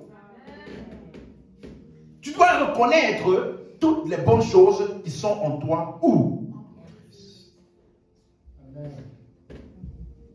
Amen. Et comment suivi? Donc, c'est parce que plusieurs, ils utilisent la foi comme un dépôt fixe. Imagine toi, tu as fait un dépôt de 1 million. Tu as déjà utilisé 800 000. Tu dis, non, là, je vais mettre dans ça le livret A. Livret A, on ne sait jamais. Là, je vais seulement utiliser maintenant pour les cas extrêmes. Donc, toi, dans ta vie de tous les jours, là, tu marches n'importe comment. Tu parles n'importe comment. Et c'est le jour où il y a le problème. Où il y a un vrai problème. C'est un petit problème que tu peux régler toi-même. Tu t'en fous de la foi. Mais c'est un vrai problème là que tu n'arrives plus à rien régler par toi-même. Là, tu dis, Seigneur, heureusement que j'avais un dépôt là que j'avais fait il y a quelques années. Donc, là-bas que tu penses maintenant la foi. Mais ça ne doit pas être le cas. Parce que la foi, on appelle ça la marche par la foi. Ça veut dire que quand tu vois la marche dans les Écritures, ça parle de ta conduite de tous les jours. Ça veut dire que chaque jour que tu as créé, tu dois marcher par la foi. C'est un dépôt que tu dois avoir dans ton compte courant. Dès qu'il y a besoin, c'est déjà là. Tout moment, tous les jours, pendant que tu pries, pendant que tu sers Dieu, pendant que tu vas au travail, tu dois marcher constamment par la foi. Ça devient notre style de vie. Vous me suivez? Donc, je crois et je parle. Ce n'est pas quelque chose que tu dois faire quand tu as des problèmes. Ce n'est pas quelque chose que tu dois faire quand tu es à l'église. Parce que si à l'église là, souvent là, on a tous la foi. On agit tous par la foi, on parle la foi. Mais après 2-3 jours, quand les situations de la vie sont venues un peu, quand la semaine a recommencé un peu, ton langage ne doit pas changer. Est-ce que vous me suivez? Parce que c'est quelque chose que tu dois faire de manière consistante. Est-ce que vous me suivez? Il dit, nous marchons par la foi et non par la vue. Il va même encore plus loin dans Romains 14, 23. Il dit, tout ce qui n'est pas le produit de la foi ou d'une conviction est un péché. Donc même si tu manges sans conviction, là, c'est un péché. Oui. Tu pries sans conviction, péché. Pour te montrer à quel point la conviction ou la foi doit être présente dans quoi? Dans tout ce que nous faisons. Amen. Donc tu peux même servir Dieu en péchant. Parce que tu viens servir Dieu parce que tu as peur d'aller en enfer. Ou parce que tu as un gros souci. Et quelqu'un t'a dit quelque part, si tu t'occupes des affaires de Dieu, Dieu va s'occuper de tes affaires. Donc en réalité, j'ai envie de m'occuper de mes affaires. Mais comme mes affaires là me dépassent, je m'occupe des affaires de Dieu et je sais que mes affaires qui me dépassent là, Dieu va s'en occuper. Donc en fait, je sers Dieu pour mes affaires. Ce n'est pas le fruit d'une conviction. Ce n'est pas le fruit de la foi. C'est le fruit de ton intérêt. C'est péché. Même si après ça, le pasteur te dit, bon et fidèle serviteur. Quelqu'un m'a entendu? Donc, regardez, Romains 12, verset 3. Romains chapitre 12, le verset 3. Amen, quelqu'un béni. Romains 12, verset 3. Ce texte est un peu technique, donc on va l'interpréter correctement.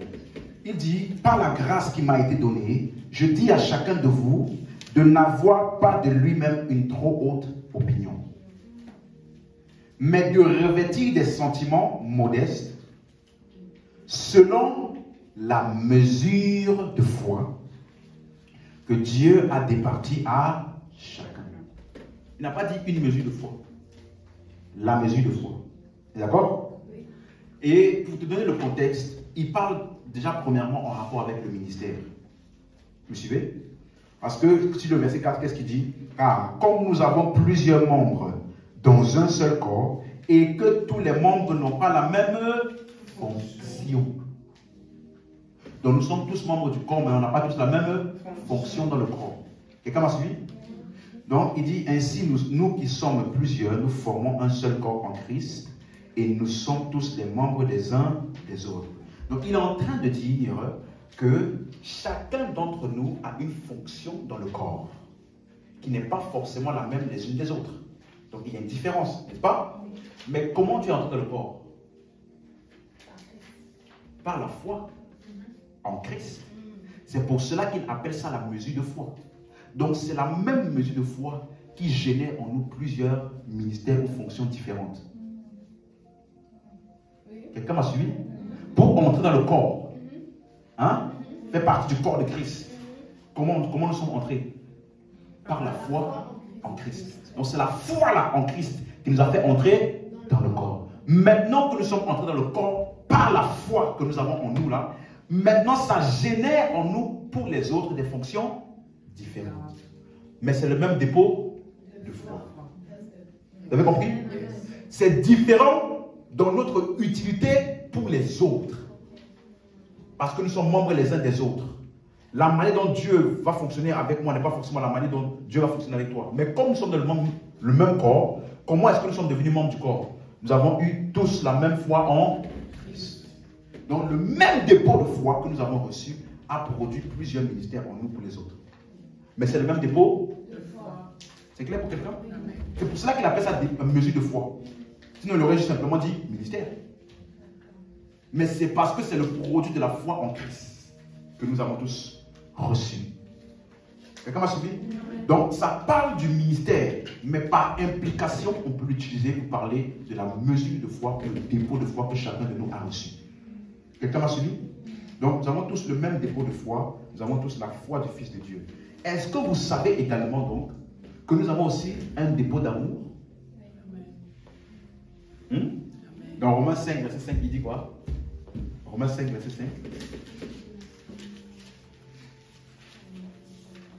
Or, l'espérance ne trompe point, parce que l'amour de Dieu est répandu dans nos cœurs par le Saint-Esprit qui nous a été donné. Vous voyez?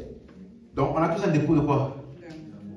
Donc, si nous avons tous un dépôt d'amour, c'est maintenant à nous donc de tirer de cela afin d'aimer les autres. Vous me suivez? Donc, maintenant quand tu vas lire Éphésiens 5, verset 1, Éphésiens 5, verset 1, nous avons tous un dépôt d'amour. Éphésiens 5, verset 1.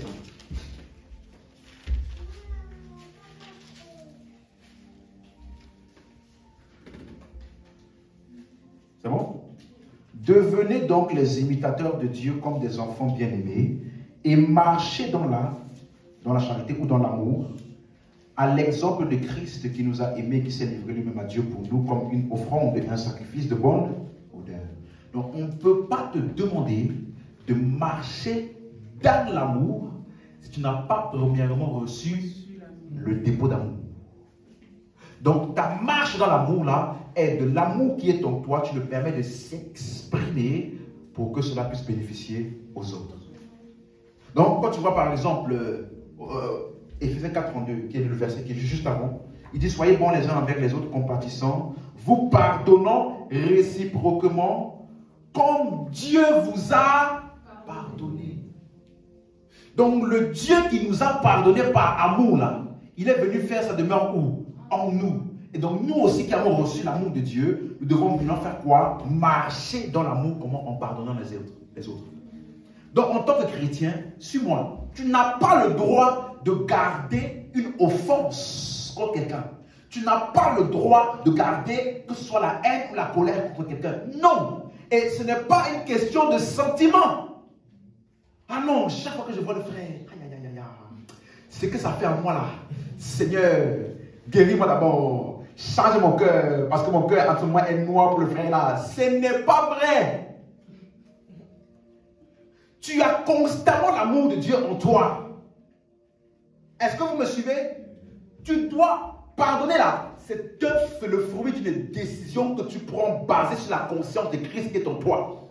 Ce n'est pas le fruit d'un sentiment.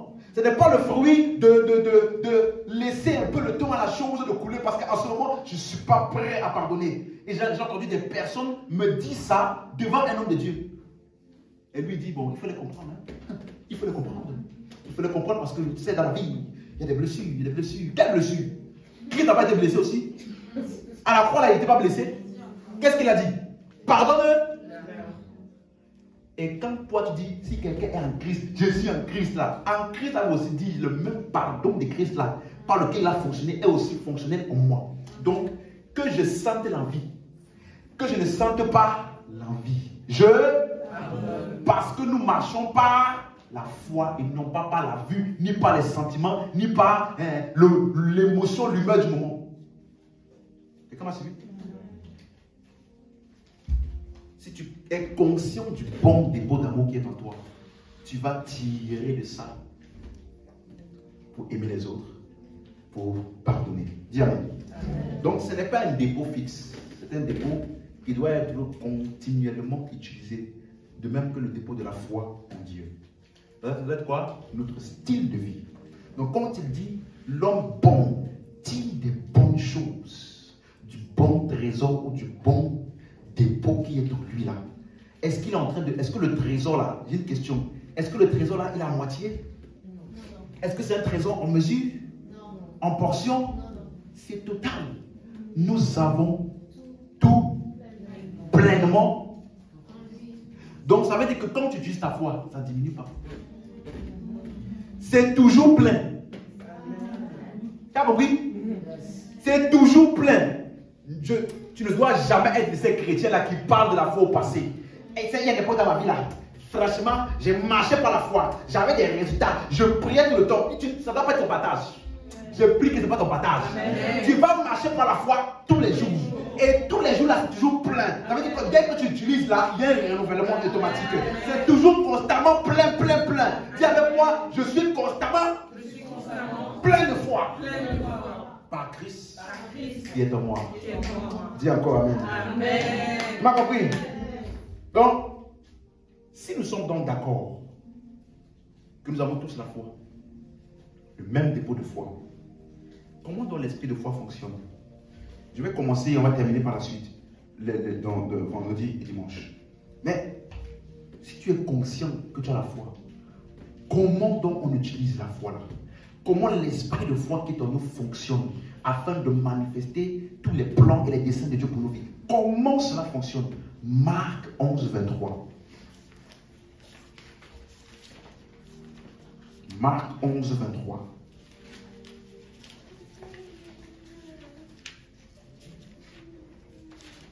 Marc 11, le verset 23. Quelqu'un suit bien? Ok. Parce que ici, je vous ai dit que dans les 4 évangiles, Jésus parle toujours ta foi t'a sauvé, ta foi, ta foi, ta foi. Mais une des fois, il a parlé de sa foi à lui-même. C'est lorsqu'il a parlé au figuier et qu'il a dit à ses disciples, ayez la foi de Dieu. Et maintenant, il va expliquer comment est-ce que la foi de Dieu, comment est-ce que cela a opéré pour lui.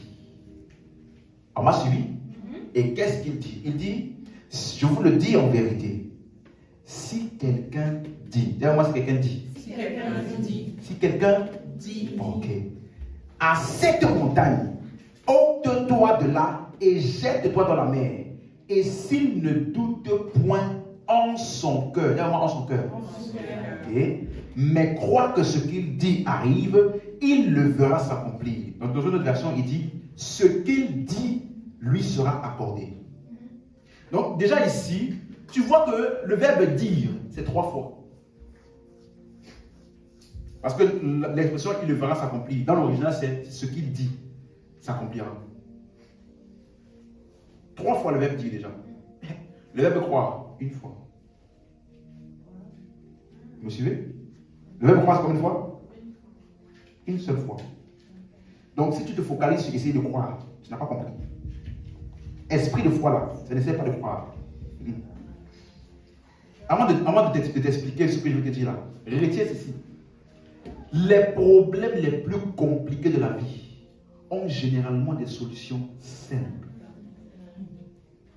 Tu m'as suivi? Peu importe la tête, il dit, là la montagne, c'est haut et c'est profondément ancré dans la terre. Donc pour déplacer ça là, il faut une force surhumaine, surnaturelle. Tu me suis? Et il dit, pour un problème aussi ténace, dis. Hein? Pour un problème aussi ténace, tu as fait quoi? Dis. Si quelqu'un dit, il n'a pas dit si quelqu'un fait une nuit de prière. Si, dit. Il n'a pas dit si quelqu'un parle à Dieu. Si quelqu'un dit. Tu m'as suivi? Il n'a pas dit si tu parles au pasteur de ton problème. Il n'a pas dit si tu expliques à quel point la montagne là est compliquée au pasteur. Il a dit si tu dis. Donc, ça veut dire que les problèmes de certaines personnes là, souvent là, c'est sur les lèvres. Le vrai problème, c'est ici. J'ai déjà vu des personnes, tu essaies de leur parler, il va toujours vouloir t'expliquer comment la situation là est trop compliquée. Moi, je me rappelle, il y a une dame, je suis parti chez elle pour... Elle avait un problème et elle m'a demandé de venir. Donc je suis venu en tant que bon pasteur avec ma Bible. Elle m'explique les problèmes. Je dis, waouh, vraiment, je comprends. Quand elle a fini, je commence à prendre la parole de Dieu maintenant. Mais il est écrit ça maintenant. Il est écrit ça. Il dit oui. Mais pasteur, regardez. Mon problème, vous savez, quand quelqu'un commence à faire comme ça, hein, je prie et rentre chez moi.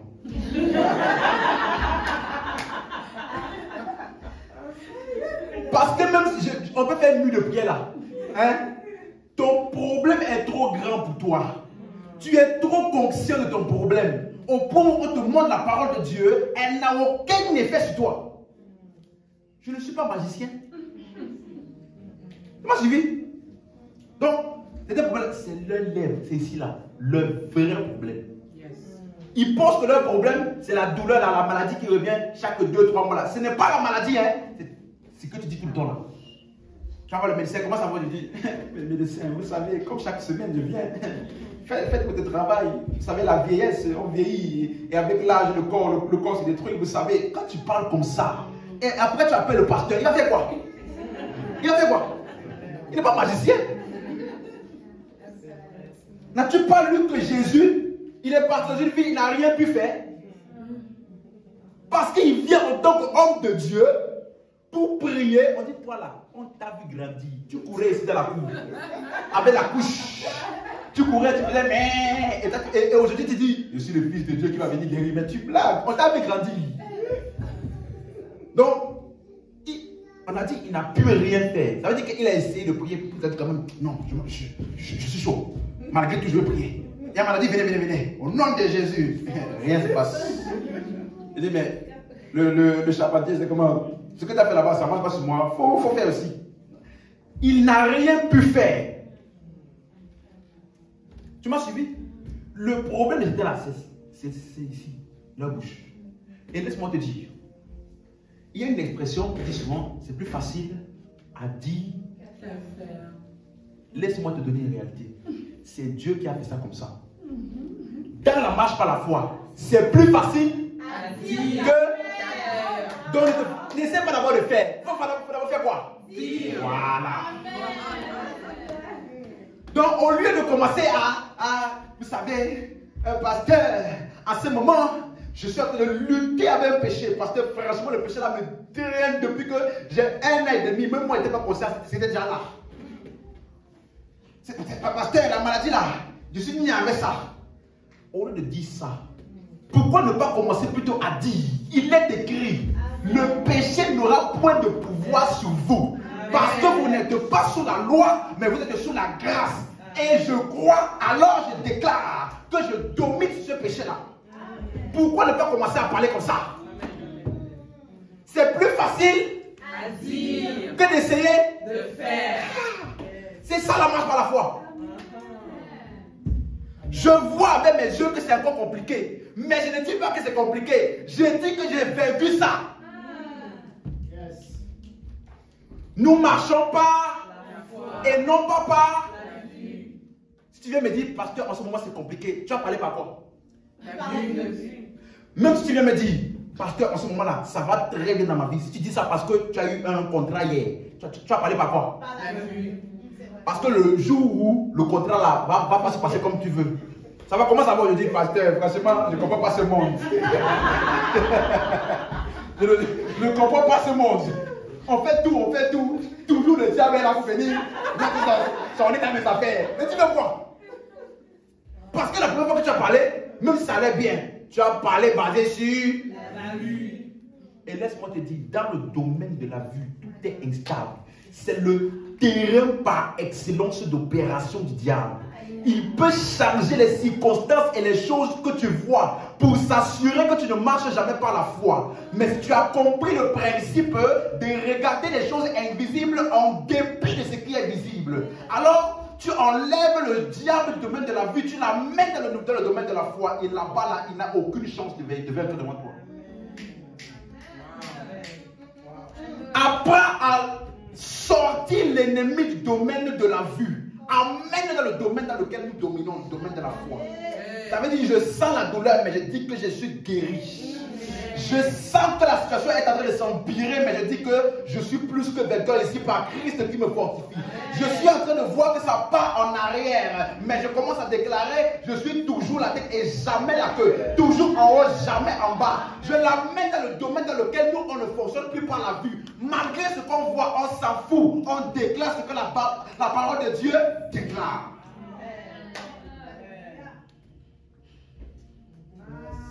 Si tu restes au niveau de ce que tu vois et tu sens, tu as déjà perdu d'avance. Parce que ce n'est pas par ça que nous marchons. Tu m'as suivi?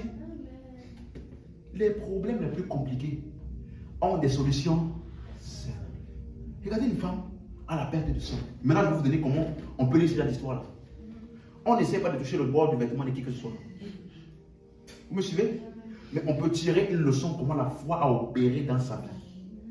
Et ce qui était de manière occasionnelle pour elle est notre style de vie quotidien. Vous m'avez suivi? Mais elle a eu pendant 12 ans une maladie. La Bible dit elle a parcouru de médecin en médecin, de médecin en médecin, et sa situation s'empirait. N'est-ce pas quand même compliqué? Pendant 12 ans. C'est très compliqué. Mais comment, où était la solution? Elle a entendu parler de Jésus et la Bible dit elle a commencé à parler. Si je le touche, je serai. Donc la solution à ce problème très compliqué était sur ses lèvres. Si je le touche, je serai.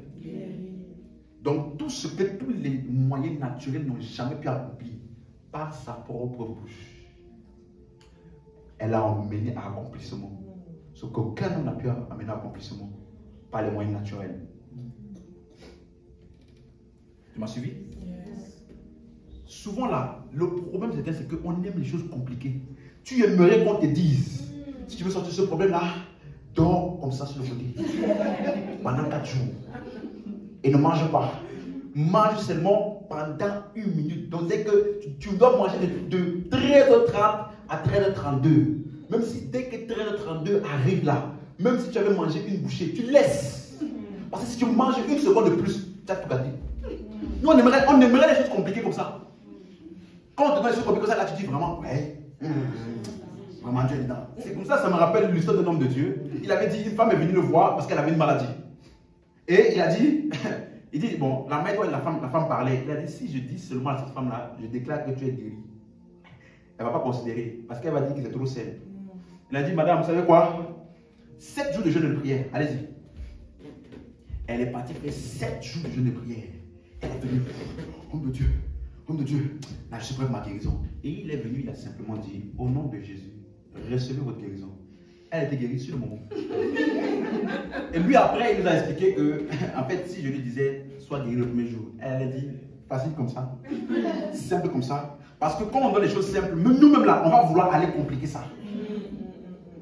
Ouais? Donc des fois pour ces là, tu es obligé de compliquer jusqu'à ce que sa tête est tranquille. Non, c'est vrai. Là maintenant, je peux prendre la chose au sérieux. C'est à cause de ça, je vais aider quelqu'un ici, que dans le livre de Jacques, chapitre 5, verset 16 là, lorsqu'il dit si quelqu'un est malade, qu'il appelle les anciens qui vont loindre d'huile. Pourquoi l'huile? Parce que dans la culture juive, les premiers soins c'est l'huile. Maintenant qu'on a mis l'huile là, il dit maintenant la prière de la foi guérira ou sauvera le malade. Donc c'est pas l'huile, c'est la prière de la foi. Mais pour que sa conscience soit tranquille, on met l'huile. Tu m'as suivi? Il y en a là, ils ne peuvent pas recevoir la guérison si on n'a pas pris mouchoir comme ça. Récime. Donc si je vois que tu as besoin de ça, je vais venir faire récime. Après il dit, sois guéri. Mais c'est pas récime là, hein? C'est sois guéri qui t'a guéri. M'avez suivi? Les problèmes compliqués ont une solution. Parce que c'est plus facile à dire. Vous me suivez? Jésus voit un figuier qui ne porte pas de fruits. Au lieu de commencer à murmurer, vous voyez, il ne comprend pas les circonstances actuelles. Rien ne marche. Même les figuiers ne portent pas de fruits. Même les figuiers. Vraiment, c'est compliqué. Au lieu de faire ça, Jésus a parlé. Et quand il a parlé aux figuiers, les disciples ont entendu. Mais le lendemain, quand les disciples sont venus, qu'ils ont vu que le figuier là était séché, ils étaient étonnés. Ça veut dire qu'ils n'avaient pas cru quand ils avaient entendu que Jésus avait. Souvent ils se sont dit, le maître là, il a encore venu avec quel genre de manigance ici. Tellement qu'il a fait qu'il commence à parler aux arbres. Tellement que c'est compliqué, c'est chaud sur lui, il commence à parler aux arbres. Le figuier t'a rien fait. Peut-être qu'ils n'ont pas parlé au maître par crainte, par respect. Mais entre eux là, ils ont dû faire une réunion. Le maître là, il faut qu'on fasse 2-3 jours de repos parce que ça commence à délirer en lui. Mais le lendemain, lorsqu'ils sont venus et qu'ils ont vu le figuier qui avait séché, Jésus a dit, ah, maître, l'arbre auquel tu avais parlé là, il a séché. Et il s'attendait à ce que Jésus leur donne le code secret mystique. Quel est le code secret mystique pour sécher les arbres? Hein? Jésus a dit une seule phrase. Ayez la foi de Dieu. Donc ça veut dire que si tu as la foi de Dieu, si tu dis, comme j'ai dit, ce qui est arrivé là va aussi arriver. Hein? Si tu dis, comme Jésus a dit, le figuier là peut aussi sécher. Le cancer là peut aussi sécher. Hein? Le problème financier là peut aussi sécher. La stérilité là peut aussi sécher. Si tu dis comme il a dit, tu vas voir s'accomplir ce qu'il lui a vu s'accomplir. Il n'a pas de secret mystique. Aussi simple que ça. Donc, comment est-ce que l'esprit de foi fonctionne? Dans ton cœur et dans ta bouche. Parce que le premier contact que tu as eu avec l'esprit de foi, c'était quand? Quand tu as reçu l'évangile. Et l'esprit de foi a généré en toi quoi? Croire au Seigneur Jésus et confesser de ta bouche qu'il est le Seigneur. Mais j'ai une question pour quelqu'un ici. Ça veut dire que comment tu as été sauvé? En croyant du cœur et en confessant de la bouche. Le plus grand problème de l'humanité qui est le péché. Le plus grand problème de l'humanité qui est la mort et le séjour des morts. Comment est-ce que tu as réglé ce problème-là? Comment? En croyant du cœur et en confessant de la bouche. Tu étais quoi? Tu étais sauvé. Comment tu étais sanctifié? En croyant du cœur et en confessant de la bouche. Comment tu es devenu enfant de Dieu? En croyant du cœur et en confessant de la bouche. Comment tu es devenu assis à la droite de Dieu avec une autorité suprême? Comment? En croyant du cœur. Oh mon Dieu. Comment est-ce que tous tes péchés, passés, présents et futurs ont été passés? Comment? En croyant du cœur et en confessant de la bouche. Comment est-ce que tu es devenu l'héritier du Dieu suprême de tout l'univers? Comment tu es devenu héritier de Dieu? Comment? En croyant du cœur et en confessant de la bouche. Qu'est-ce que le petit problème là? Qu'est-ce que le petit problème là?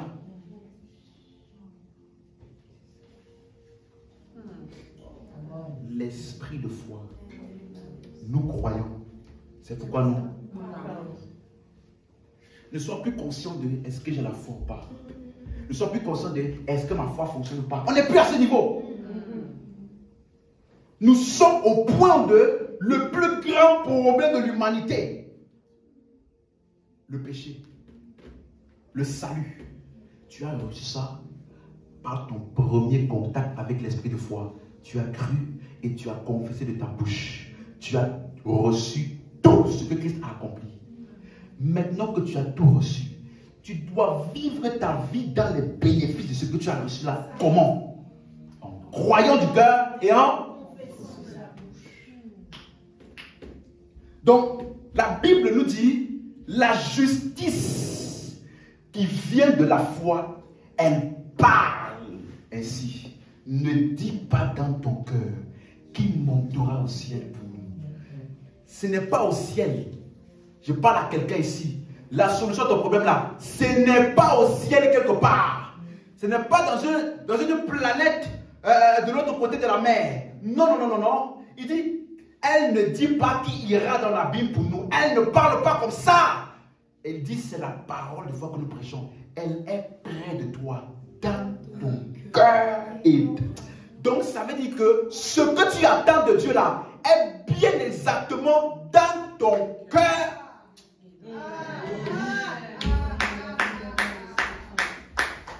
Tu commences à penser que non, je dois faire des techniques spirituelles, je ne sais pas quoi. Jésus, devant une circonstance de sa vie qui ne fonctionnait pas comme il voulait, il a mis la foi dans son cœur et dans sa bouche, et ça a produit des résultats. Toi aussi, tu as la même foi que Christ, tu as le même esprit de foi. Alors nous aussi, nous croyons et nous parlons.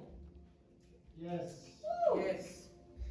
Donc il faut arrêter les séminaires, cette étape pour la victoire. Il n'y a pas cette étape pour la victoire. Et si tu veux à tout prix les étapes, laisse-moi te donner les étapes. Étape numéro 1, croire dans son cœur et confesser dans la bouche. Étape numéro 2, croire dans son cœur et confesser dans la bouche. Étape numéro 3, croire dans son cœur et confesser dans la bouche. Jusqu'à étape 7, si tu veux faire étape 50, croire dans son cœur et confesser dans la bouche.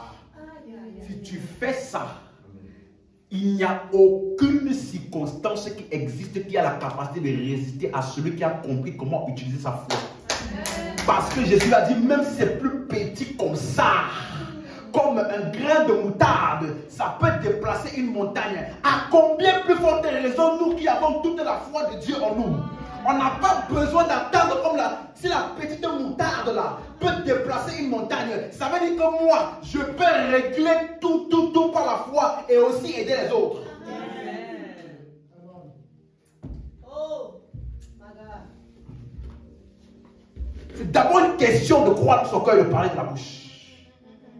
Comment est-ce que le problème d'Abraham de plus de 75 ans a été réglé? Dieu est venu lui parler.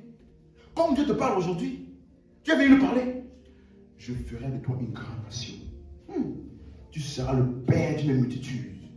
Dieu a dit ça à quelqu'un qui n'a aucun enfant. Tu seras le père d'une multitude. Vous savez ce qu'Abraham a fait? Ce que beaucoup de chrétiens font. Merci Seigneur. Waouh, quelle parole. Alléluia. Après, il a continué sa vie. Il a continué à s'appeler Abraham. Quelqu'un m'a suivi? Pendant 25 ans, il s'appelait Abraham. Ça veut dire que ce qu'il avait entendu de Dieu n'avait jamais changé sa confession. Il continuait à se voir comme Abraham et non pas Abraham, qui veut dire père d'une. Quand toi et moi on lit ça aujourd'hui, toi tu penses que eux là, à leur époque, quand Abraham disait je m'appelle Abraham, toi tu penses que eux ils entendaient Abraham. Abraham là, c'est un mot en hébreu là-bas qui veut dire père d'une multitude. C'est comme si je viens aussi à partir de maintenant et je dis bonjour les bien-aimés, à partir de maintenant, je suis un blanc. Vous voyez comment on rigolait là? C'est ça qu'Abraham a vécu. Ouais, c'est exactement parce qu'on le connaissait. Sans enfant, rien du tout. Donc, malgré que Dieu lui avait parlé, ça n'a jamais changé ce qu'il avait dit. Il continue à s'appeler comment? Abraham. Et c'est pour cela que dans le Nouveau Testament, vous n'allez jamais voir la mention Abraham. Quand on parle d'Abraham, vous n'allez jamais voir aucune mention du fait qu'il a eu un enfant avec, il a couché avec une autre femme. On appelle ça adultère. Vous n'allez jamais voir ça. Parce que dans la nouvelle alliance là, Dieu ne tient pas compte des offenses. Il tient uniquement compte de la foi. Vous suivez? Il tient uniquement compte de la foi. Et la Bible dit dans Romains 4 que Abraham un jour, il a commencé à croire et il a découvert que le Dieu là, c'est celui qui donne la vie aux morts et qui appelle les choses qui ne sont pas comme si elles étaient. Quand il a découvert ça au Dieu, alors la Bible dit, Dieu l'a dit, change ton nom. Il a commencé à s'appeler Abraham, n'ayant aucun enfant visible. Mais dans l'invisible, il avait découvert une réalité qui était associée à lui. Je suis le père d'une multitude. Donc ce que Dieu a dit, lui avait dit, il y a de cela des années, a finalement affecté sa confession. En un an, Isaac est né. Un an. J'ai envie de parler à quelqu'un. La situation qui perdue depuis 5 ans là, qui perdue depuis 10 ans, qui perdue depuis je ne sais pas combien d'années là, parce que tu vas changer ta confession, je déclare que ce qui avait duré 10 ans, tu vas recevoir ça avant la fin de l'année au nom de Jésus. Tu m'as suivi? Parce que ce que lui disait de lui-même, la parole de Dieu a finalement affecté ce qu'il disait de lui.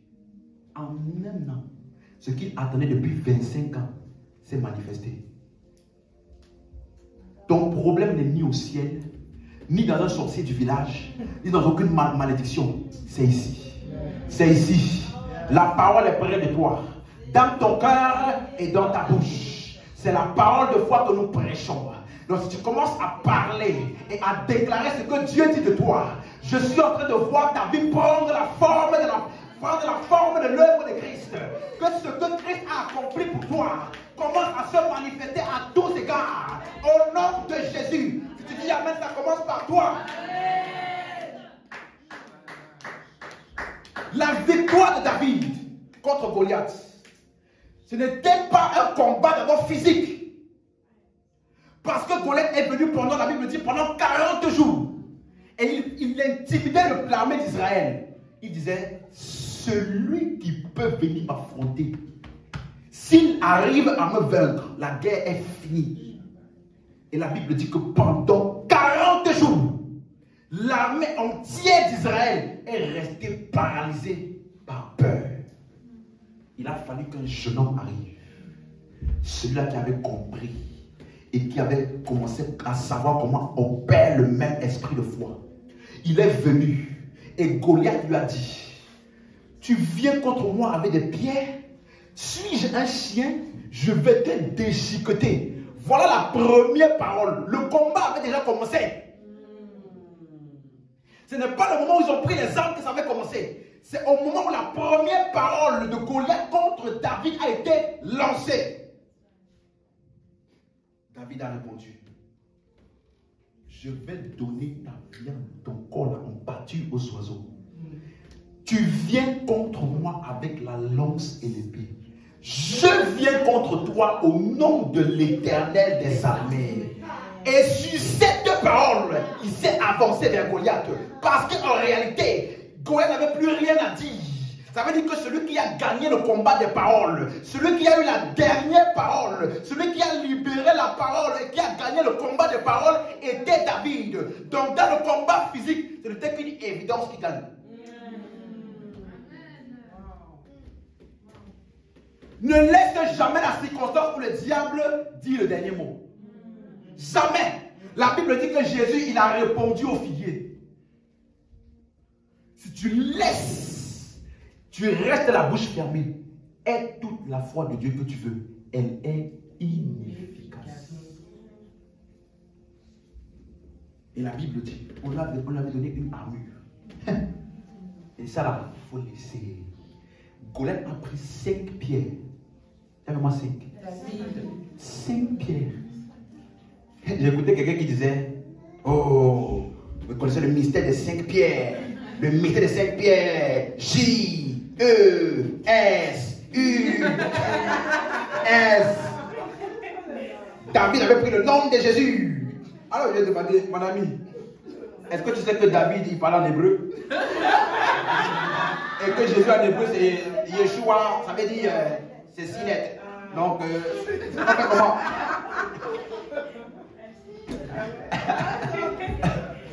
Bien aimé, c'est parce que suis bien. Aïe, aïe, aïe. Goliath avait 4 autres frères. Donc, David était tellement plein de foi qu'il avait pour cible pas seulement Goliath. Si jamais les 4 autres venaient, il avait aussi l'arsenal pour eux. Tu m'as suivi? Goliath avait 4 autres frères. Vous me suivez ça? Donc, l'armée d'Israël qui était paralysée, bien que David a renversé Goliath, tout le peuple de l'armée qui était paralysé a repris force. Ils sont partis, ils ont gagné la bataille. Je vais déclarer sur quelqu'un ici. Par la victoire que tu vas obtenir dans ta vie, ta famille tout entière va prendre le courage pour accomplir aussi et voir la gloire de Dieu dans leur vie. Je déclare qu'on va célébrer Dieu à cause de toi. Je déclare que ton miracle et ta guérison sera la source de guérison de plusieurs. Je déclare que beaucoup de personnes vont reprendre le courage dans leur vie en voyant la gloire de Dieu dans ta vie. La victoire de David a été le tremplin pour la victoire de tout le peuple. Nous croyons. C'est pourquoi les problèmes les plus compliqués ont une solution. On peut se lever. Ah, mais pasteur, ce que tu dis là, j'ai déjà fait ça, hein? J'avais fait ça une fois pendant 3 mois. J'étais resté ferme pendant 3 mois.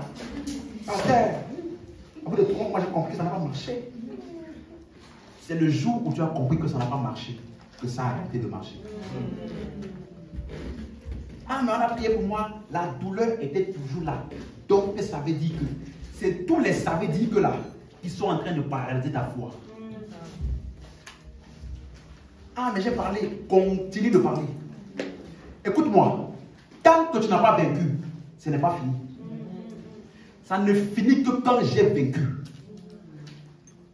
Ça ne finit que quand j'ai vaincu. Donc, nous là, qui marchons par la foi, nous avons une mentalité qui nous accompagne. La mentalité de ne jamais abandonner. Quel que soit à quoi ça ressemble en face. L'abandonner là, ça ne fait pas partie de mon langage. Ça ne fait pas partie de l'esprit de foi qui est en moi. L'esprit de foi là me fait croire et parler. Croire et parler. Croire et parler. Aussi longtemps que cela va durer. Jusqu'à ce que j'ai parlé, je le vois.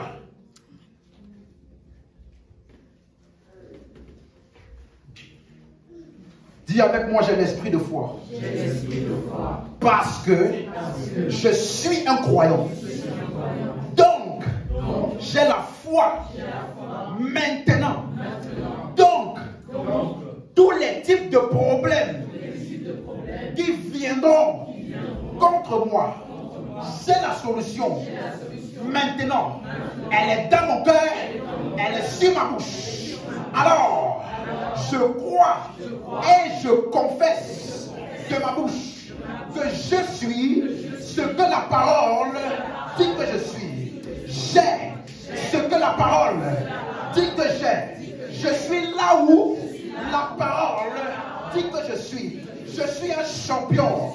Je suis un vainqueur. Dans toutes choses, je suis plus que vainqueur. J'ai la victoire. Je n'ai aucun problème de foi. Je suis constamment plein de foi. Je suis constamment plein de foi. Alors chaque jour, je déclare la parole de Dieu. Je déclare que j'ai l'autorité sur la maladie. Je parle à mon corps maintenant et j'ordonne à mon corps. J'ordonne à mon corps d'avoir une nouvelle vigueur. Une nouvelle vigueur. Du haut de ma tête jusqu'à la plante de mes pieds. Je suis vigoureux. Ma santé est restaurée. Ma santé est restaurée. Je parle à mes finances. Je parle à mon compte bancaire. Tu seras rempli. Et tu vas servir à l'œuvre de Dieu. Je parle à mes projets. Tu vas avancer.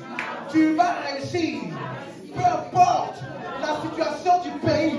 Je fonctionne avec une situation et une atmosphère différente.